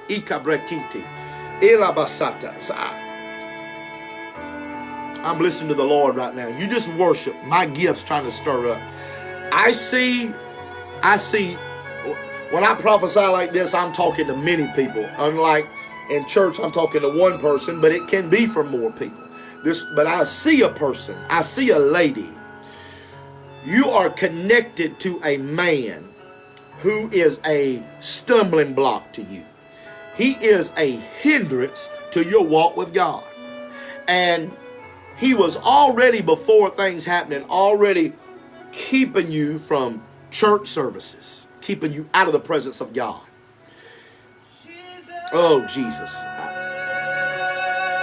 The Lord tonight is going to help you break soul ties.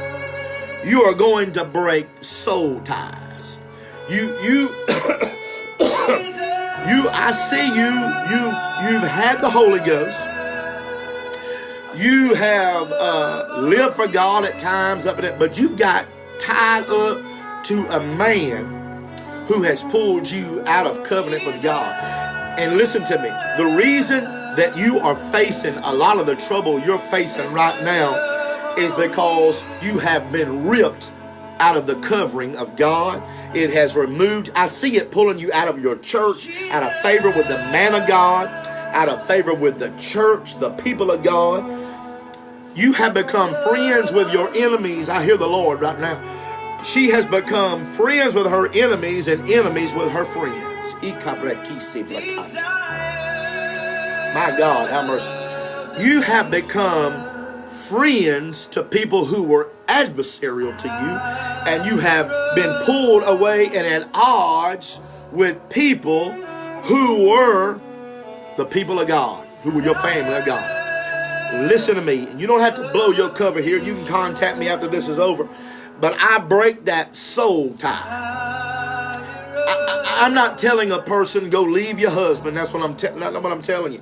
What I'm telling you is, first of all, I'm talking to a lady. This man is not your husband. The man I'm talking about here is not your husband. This is somebody you've got yourself involved with. And God is going to help you right now. God is going to touch your mind to show you how to get out of this thing right now. I want everybody to pray with me right now. We're going to begin. I feel the presence of God so mighty. You're watching this right now. I will hear from you in a moment. Some things I'm prophesying to people that are on here listening right now. I realize some people may catch this later. I also see a black lady. I see a black lady. You've been having some health things in your body. It's like every time you get a blessing, you get an equal curse. You get a blessing, a curse comes on top of it. I see your face. You're a black lady.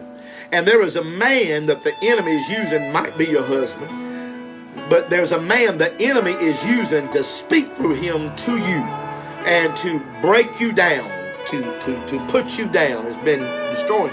I have a word for you right now. The Lord said for you to become silent and stop trying to fight your battles in the flesh. You cannot out-argue this man. I know this will be for many people, but I'm talking to a lady right now. You're trying to out-argue this man. You trying to. I see you arguing with him. He's a bigger man than you, and I see you arguing with him. And the Lord said, hold your peace. Stop trying to fight in your own power. The Lord said, if you will quieten yourself and you will hold your peace, he will go on the battlefield and he will begin to turn this thing around. I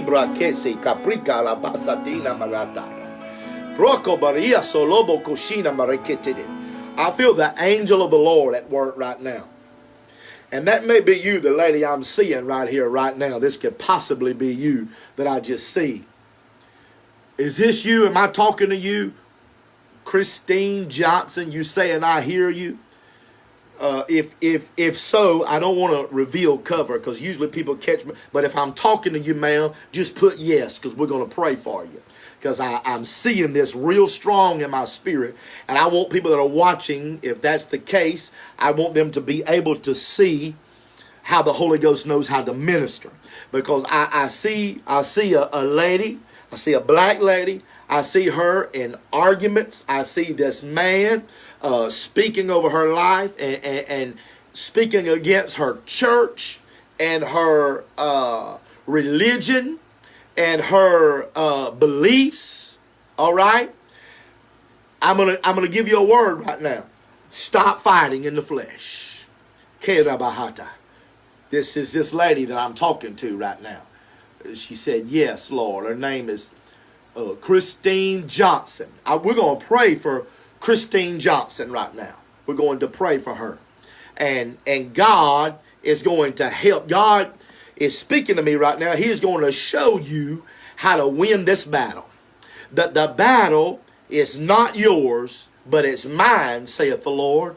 And the Lord said, in the middle of a troubled environment, I see how this thing, ma'am, is trying to, you telling kids one thing and he's saying something else. You saying don't, he's saying do it. And the struggle has got into your family. And I see this. It looks like your children, that they're getting two words. They're getting two lines of direction. But the Lord told me to tell you, love your kids and let them see you praying and worshiping in your house. God is going to shut the mouth of the lion. Everybody call that lady's name right now. I feel the Holy Ghost going. I want God to visit her husband. I want God to visit her children. I want the Lord. I feel an angel coming into your house, ma'am. And I'm speaking this over this lady that acknowledged that it's her. She's acknowledging what I'm saying is true. I'm having words of knowledge and wisdom and prophecy, and I'm seeing this started in me seeing a face not so clear, but of a black lady and a man in arguments, and I see it getting in their kids, but I speak peace over that house right now. Everybody speak peace in the name of Jesus. Lady, you don't have to argue anymore. You don't have to prove. The Lord told me to tell you this. We're going to move on. The Lord said, tell her she does not have to win an argument or stand up for me or prove or disprove anything. The Lord said, I work in the hearts of men. God knows how to work in the heart of a man, and God is going to give you supernatural wisdom. There's something coming over you right now. Christine, I see an angel of the Lord on location in your house, and I see what looks like a covering, like a mantle coming over you. I see where you have been in deep places of prayer, but all this fussing and fighting that's been going on, this struggle has caused you to kind of back off because so much you've got doubt and fear. But here's what I hear the Lord say. There's coming a prayer mantle back on here. There's coming something back on her that's going to cover her. An anointing that these words won't even be able to penetrate your mind. God's covering you right now. We preaching about the millennial reign of Christ, the peace. But I speak there's peace from the peace speaker, the Prince of Peace, Jesus, come into you right now in the name of Jesus.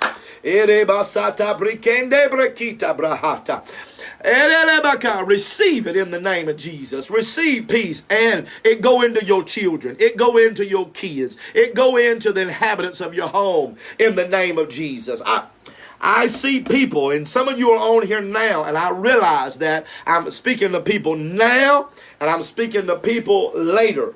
But I'm speaking to people now. You're in a relationship. You don't know if you're supposed to be in it or not. You don't know. You don't know if this is the person or not. You don't want to get in trouble. You don't want to have something that's going to cause you more harm. You don't want to make a commitment like marriage, a possible marriage up the road, I see. And you don't want to get in out of the skillet in the fire. And you are asking God, and you're on here either now or later. Listen to me. If you're on here now, you can acknowledge me, or if you want to just talk to me later. But I know what I'm seeing in my spirit. You are trying to ask the Lord, God, do I go forth with this relationship or not?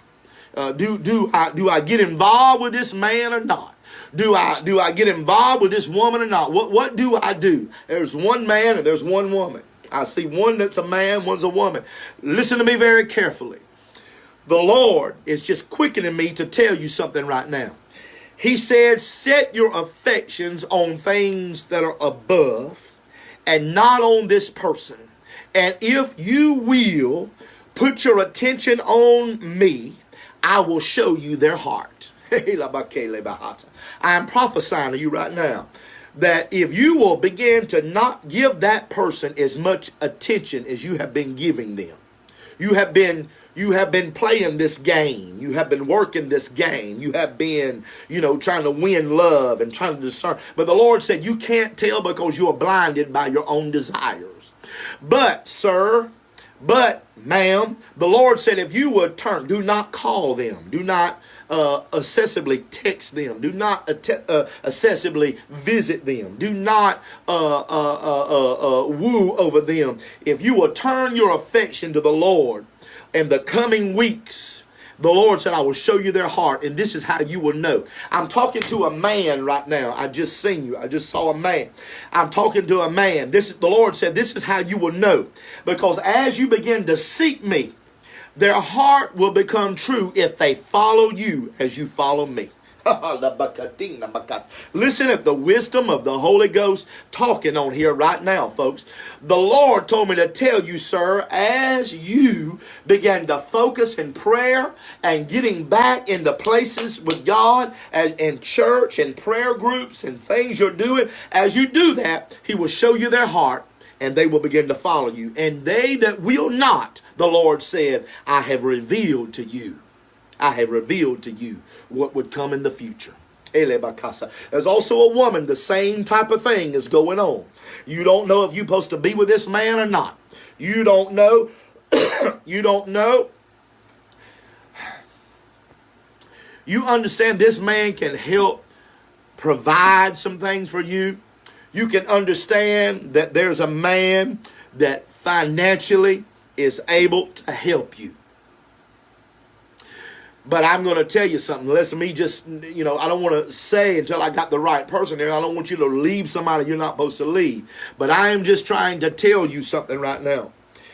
If you let this person become your provider, you're going to run the risk of letting them steal you out of the hand of God. And I am talking to a lady right now that you have been in this condition. And because you're kind of trapped, because this man's got the money and the job and the thing, security that you need. But let me tell you something. That's why you're not happy. Because you are being bought like a slave. Saying that's me. What's your name? Stephanie Renee Clark. Okay? Stephanie Renee Clark. Let me tell you something, Miss Clark. The reason you are unhappy right now, and I don't know you, the reason you are unhappy right now is not because you're not being provided for and things aren't, but the reason you're not happy is because you have two different hearts. Two different hearts. Your heart is set on, I got to make the rapture. I got to go to heaven. I got to be closer to God. You're being stole away from the presence of God. And that's about all I'm going to say about that, because you're getting your answer right now. And I know there's many other people, but I'm telling this young lady now, I see I see what looks like gifts. I see gifts. I see gifts. If that's you, I've lost you now, but that's you. I see this man gifts. Listen, you're being bought and sold.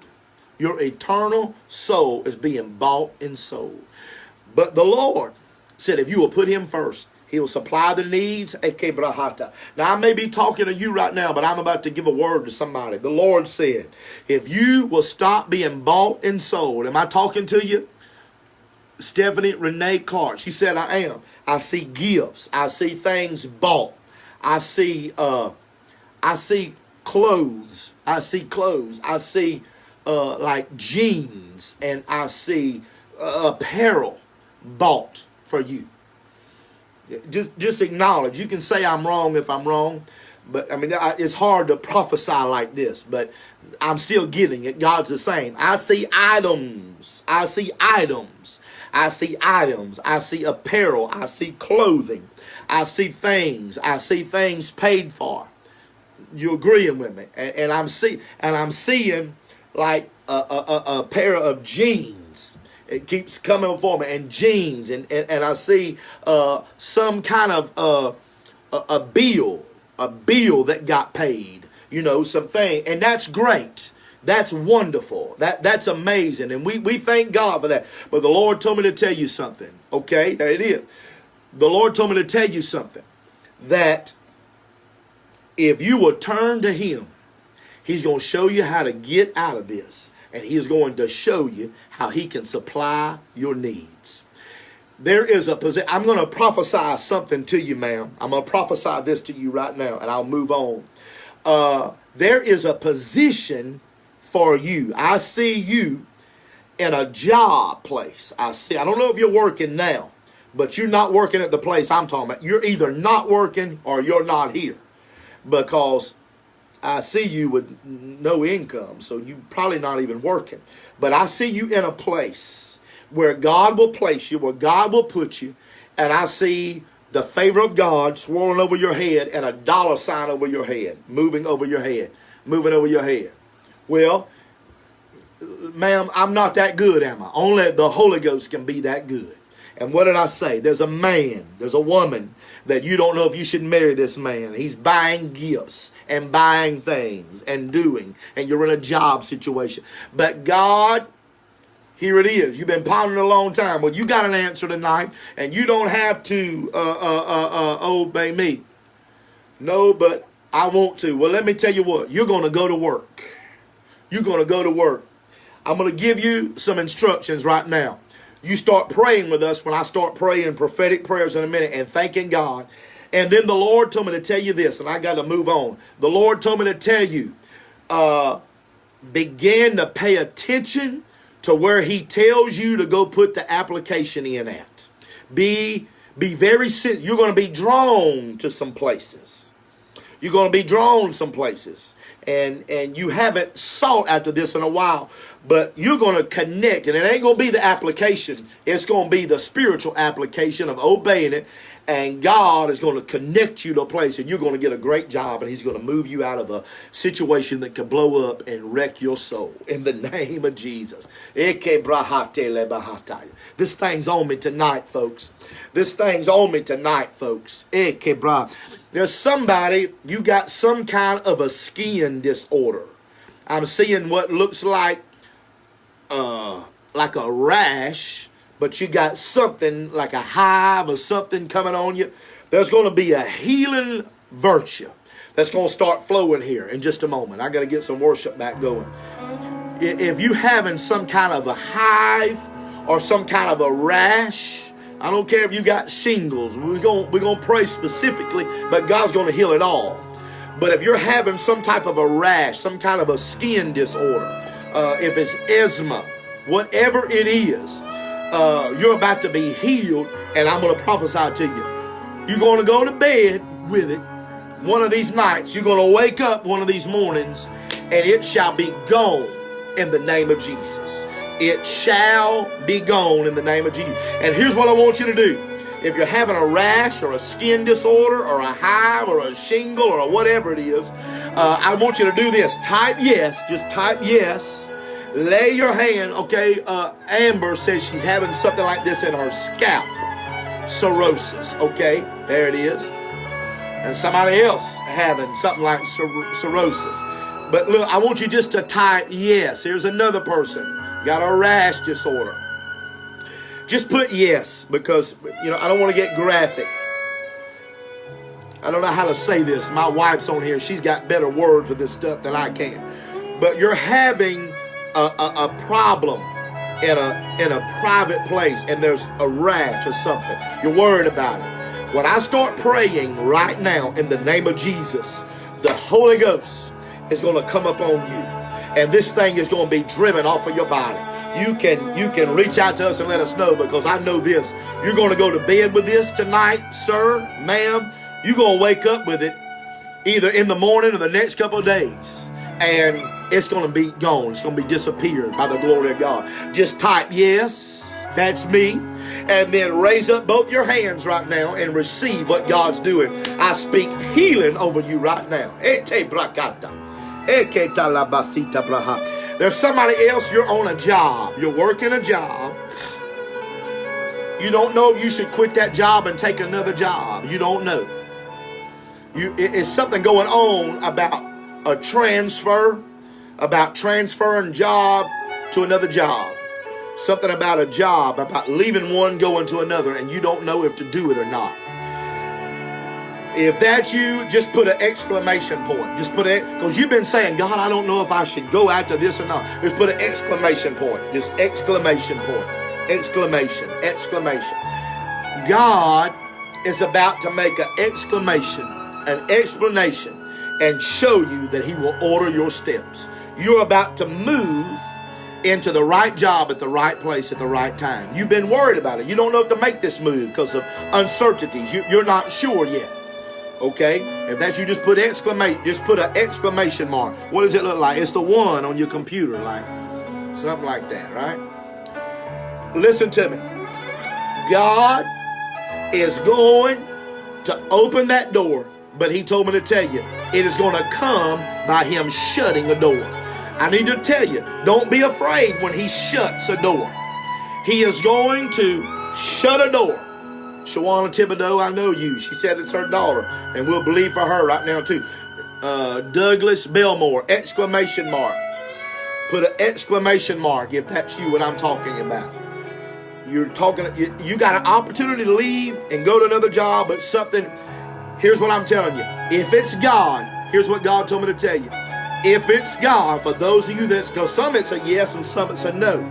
But for those of you that it's God, he's going to begin shutting a door on your present job. He will shut it that will force you through that door. And I pray it right now. I loose in the name of the Lord Jesus, the door, the way, the truth, the life, to go shut every door that needs to be shut. And to open every door that needs to be opened. If that door does not close, you stay where you're at. This is what I'm hearing in my spirit. Do not go through a door just because it's open. God said, I will close a door. I shut. And then that will be your cue to step through. Don't step through. Don't just go through the wrong choice. Let God say, I will begin to close door. I'm going to hear from about 3 of you in the next couple of weeks. And you're going to say, I tell you what, that started shutting down. I got demoted, was losing my job. And I stepped over and I'm way better off. And some of you going to say, I stayed because nothing closed. And what happened? Something better opened up. Be still. God.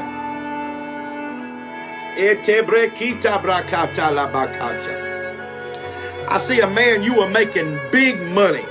You were making good money. And through all the COVID things, it's kind of, you're in a shutdown. I hear the word shutdown being used. You're like in a shutdown. You're like in an area where your business and your career, everything's on hold. You're on hold now.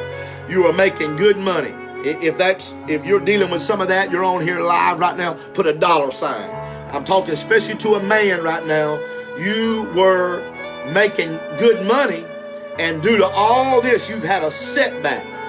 Your opportunity, your job, and the money, as you know, is going down because you're not working like you were due to COVID, Corona, the shutdown. If that's you, I'm giving you just a minute while I'm praising Jesus. Just put a $sign. Just put a $sign. You know, what is that? That's the number 4. Shift and put a 4, and that'll put a $sign on there.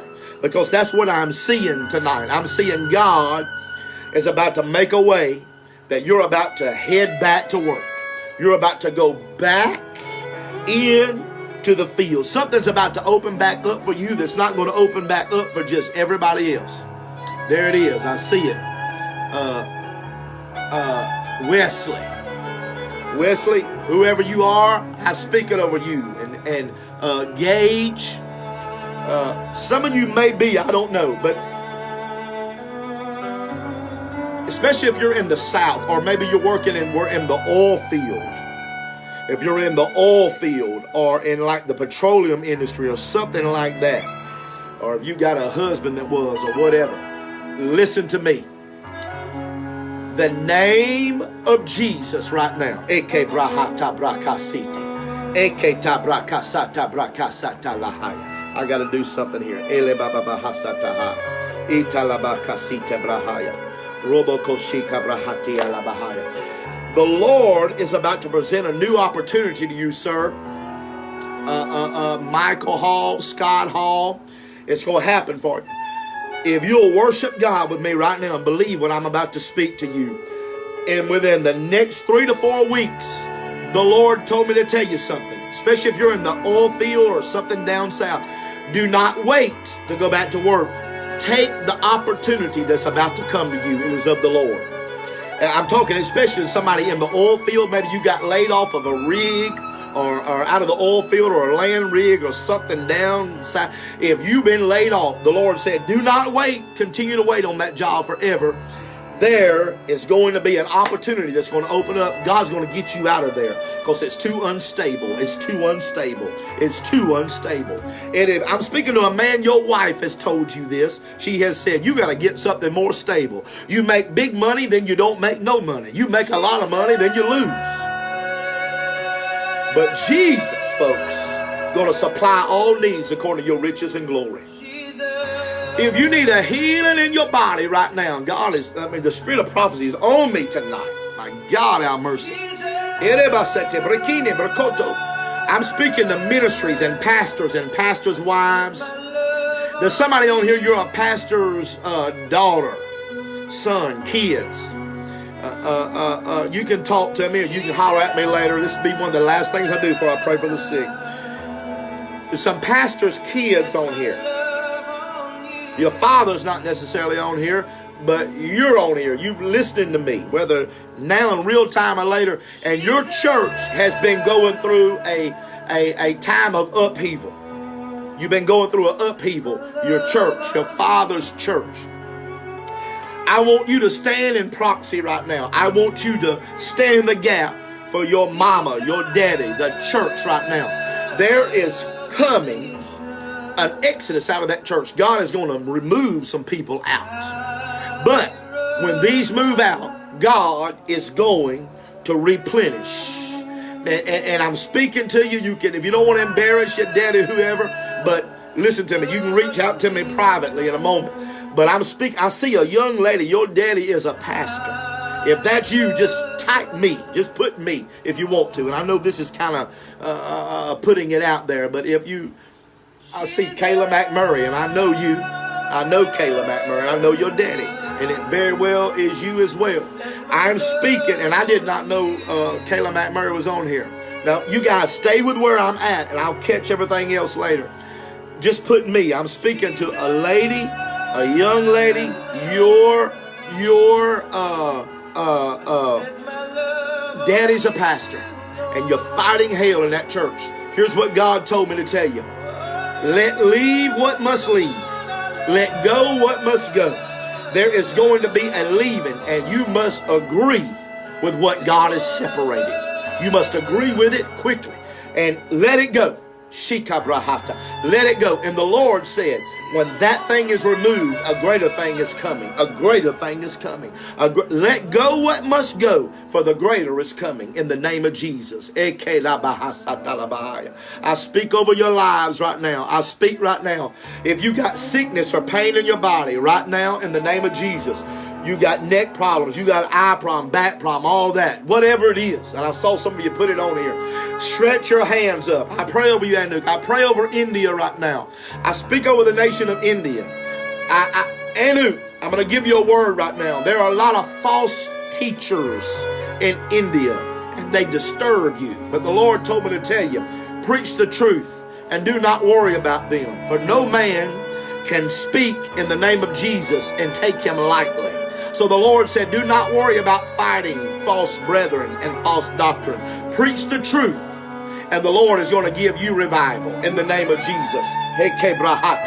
I speak right now over healing in your body. If you need a miracle in your body, stretch out your hands right now in the name of Jesus. Everybody that needs a miracle in your body, your husband, your wife, whatever, here it comes in the name of Jesus. Put your hands up towards this camera right now. By the authority of the name of Jesus Christ. Lord, I know your anointing's been on me tonight. The prophetic has been on me. Words of wisdom and knowledge and the gift of faith. I speak over this person that's looking at me right now, that's got infirmity in their body, or they're praying for their husband or their wife. I pray that the virtue that was in the body of the Lord Jesus Christ would go to them right now. I want you to sense what God's doing right now. You're being healed in your body right now. Open up your mouth, open up your hands, begin to worship the Lord. I speak it from the top of your head to the tip of your toes. I speak healing over your body right now. Revival in your finances and in your home. My God, I feel the Holy Ghost working things out. Be healed. Be healed. We speak over Brother Guy, over Brother Foster. I speak over you. I'm going to pray one more prayer. I want to tell you one thing to do right now. It is 11:55. I started late. Everybody that goes on here in the next 10 minutes and sows into our ministry. Now, I'm just going to ask you a question. Am I blessing you or not? Am I pouring out? Am I helping you? We're operating in the prophetic. Every night we're teaching deep revelatory things that you're not going to get just at the Christian bookstore. Are we helping you or not? If you are receiving from this ministry, I want you to do something in the next 10 minutes. I want you to go. My wife is going to put our PayPal, or you can go to RobinJohnsonPropheticMinistries.com. I want you to go sow your best faith seed in our ministry, because I want God to bless you. 100, 200, 300, 500, $1,000. Here's what it is. Whatever God tells you. If he says 555, that's grace, grace, grace. If he says 777, that's expressed completion, completion, completion. If he says 333, that's deliverance, deliverance, deliverance. Whatever God tells you to do. And if he's not talking to you, you don't worry about it. But in the next 10 minutes, my PayPal address, my wife is putting my PayPal on here right now. I will also put it here on this video when it loads. I'm about to be off of here. I want you to go sow into my ministry, not just now, but in a moment from now. I want you to go sow. There it is, paypal.me/prophetic ministry. And if you will do that, or RobinJohnsonPropheticMinistries.com, if you will go sow. Some of you can do a $500. Some of you do $300. Whatever God's telling you to do. I want you to go sow that faith seed and connect with us. Here's why. Here's why. God is going to pour it back to you. I have watched what God has been doing, and I have become a believer in this. The Lord just healed my shoulder pain. Leah Leonardo, I think, just said he just got healed. Did you hear these words of prophecy? What's going on here tonight?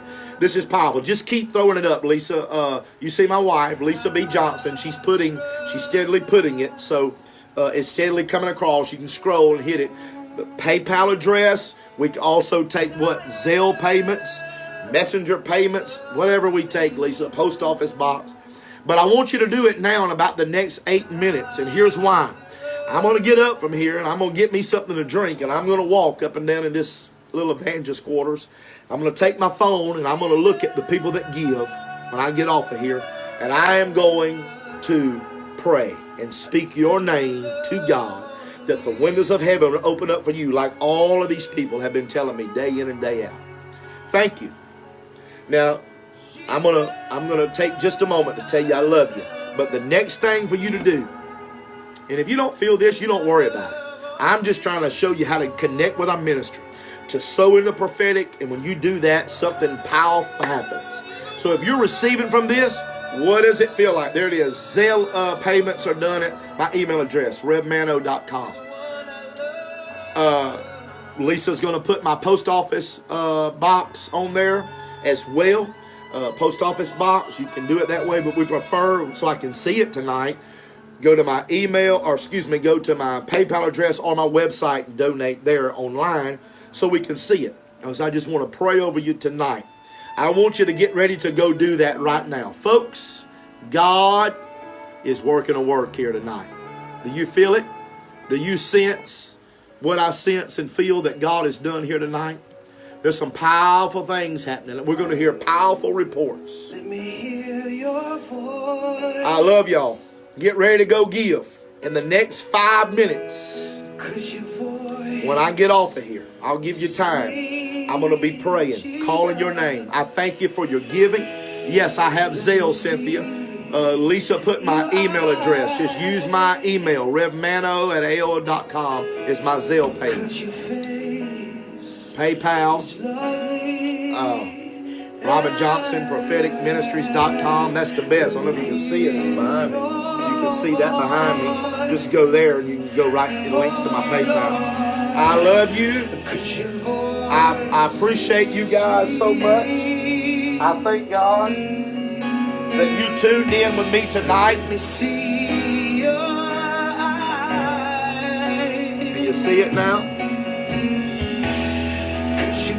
Robin Johnson, propheticministries.com. There you go, Robin Johnson, propheticministries.com. Go on there. On PayPal. I thank you guys for supporting us. I really appreciate it. You're helping us get so many things accomplished, keeping me on the road. A lot of things I'm trying to do for my family at this time. My wife, we're hundreds of miles away. I'm trying to stock up, get items too, but that's not what this is about. This is about you and me connecting for the glory of Jesus Christ. I bless you guys. I wish I'd have not been crooked all night like it is here.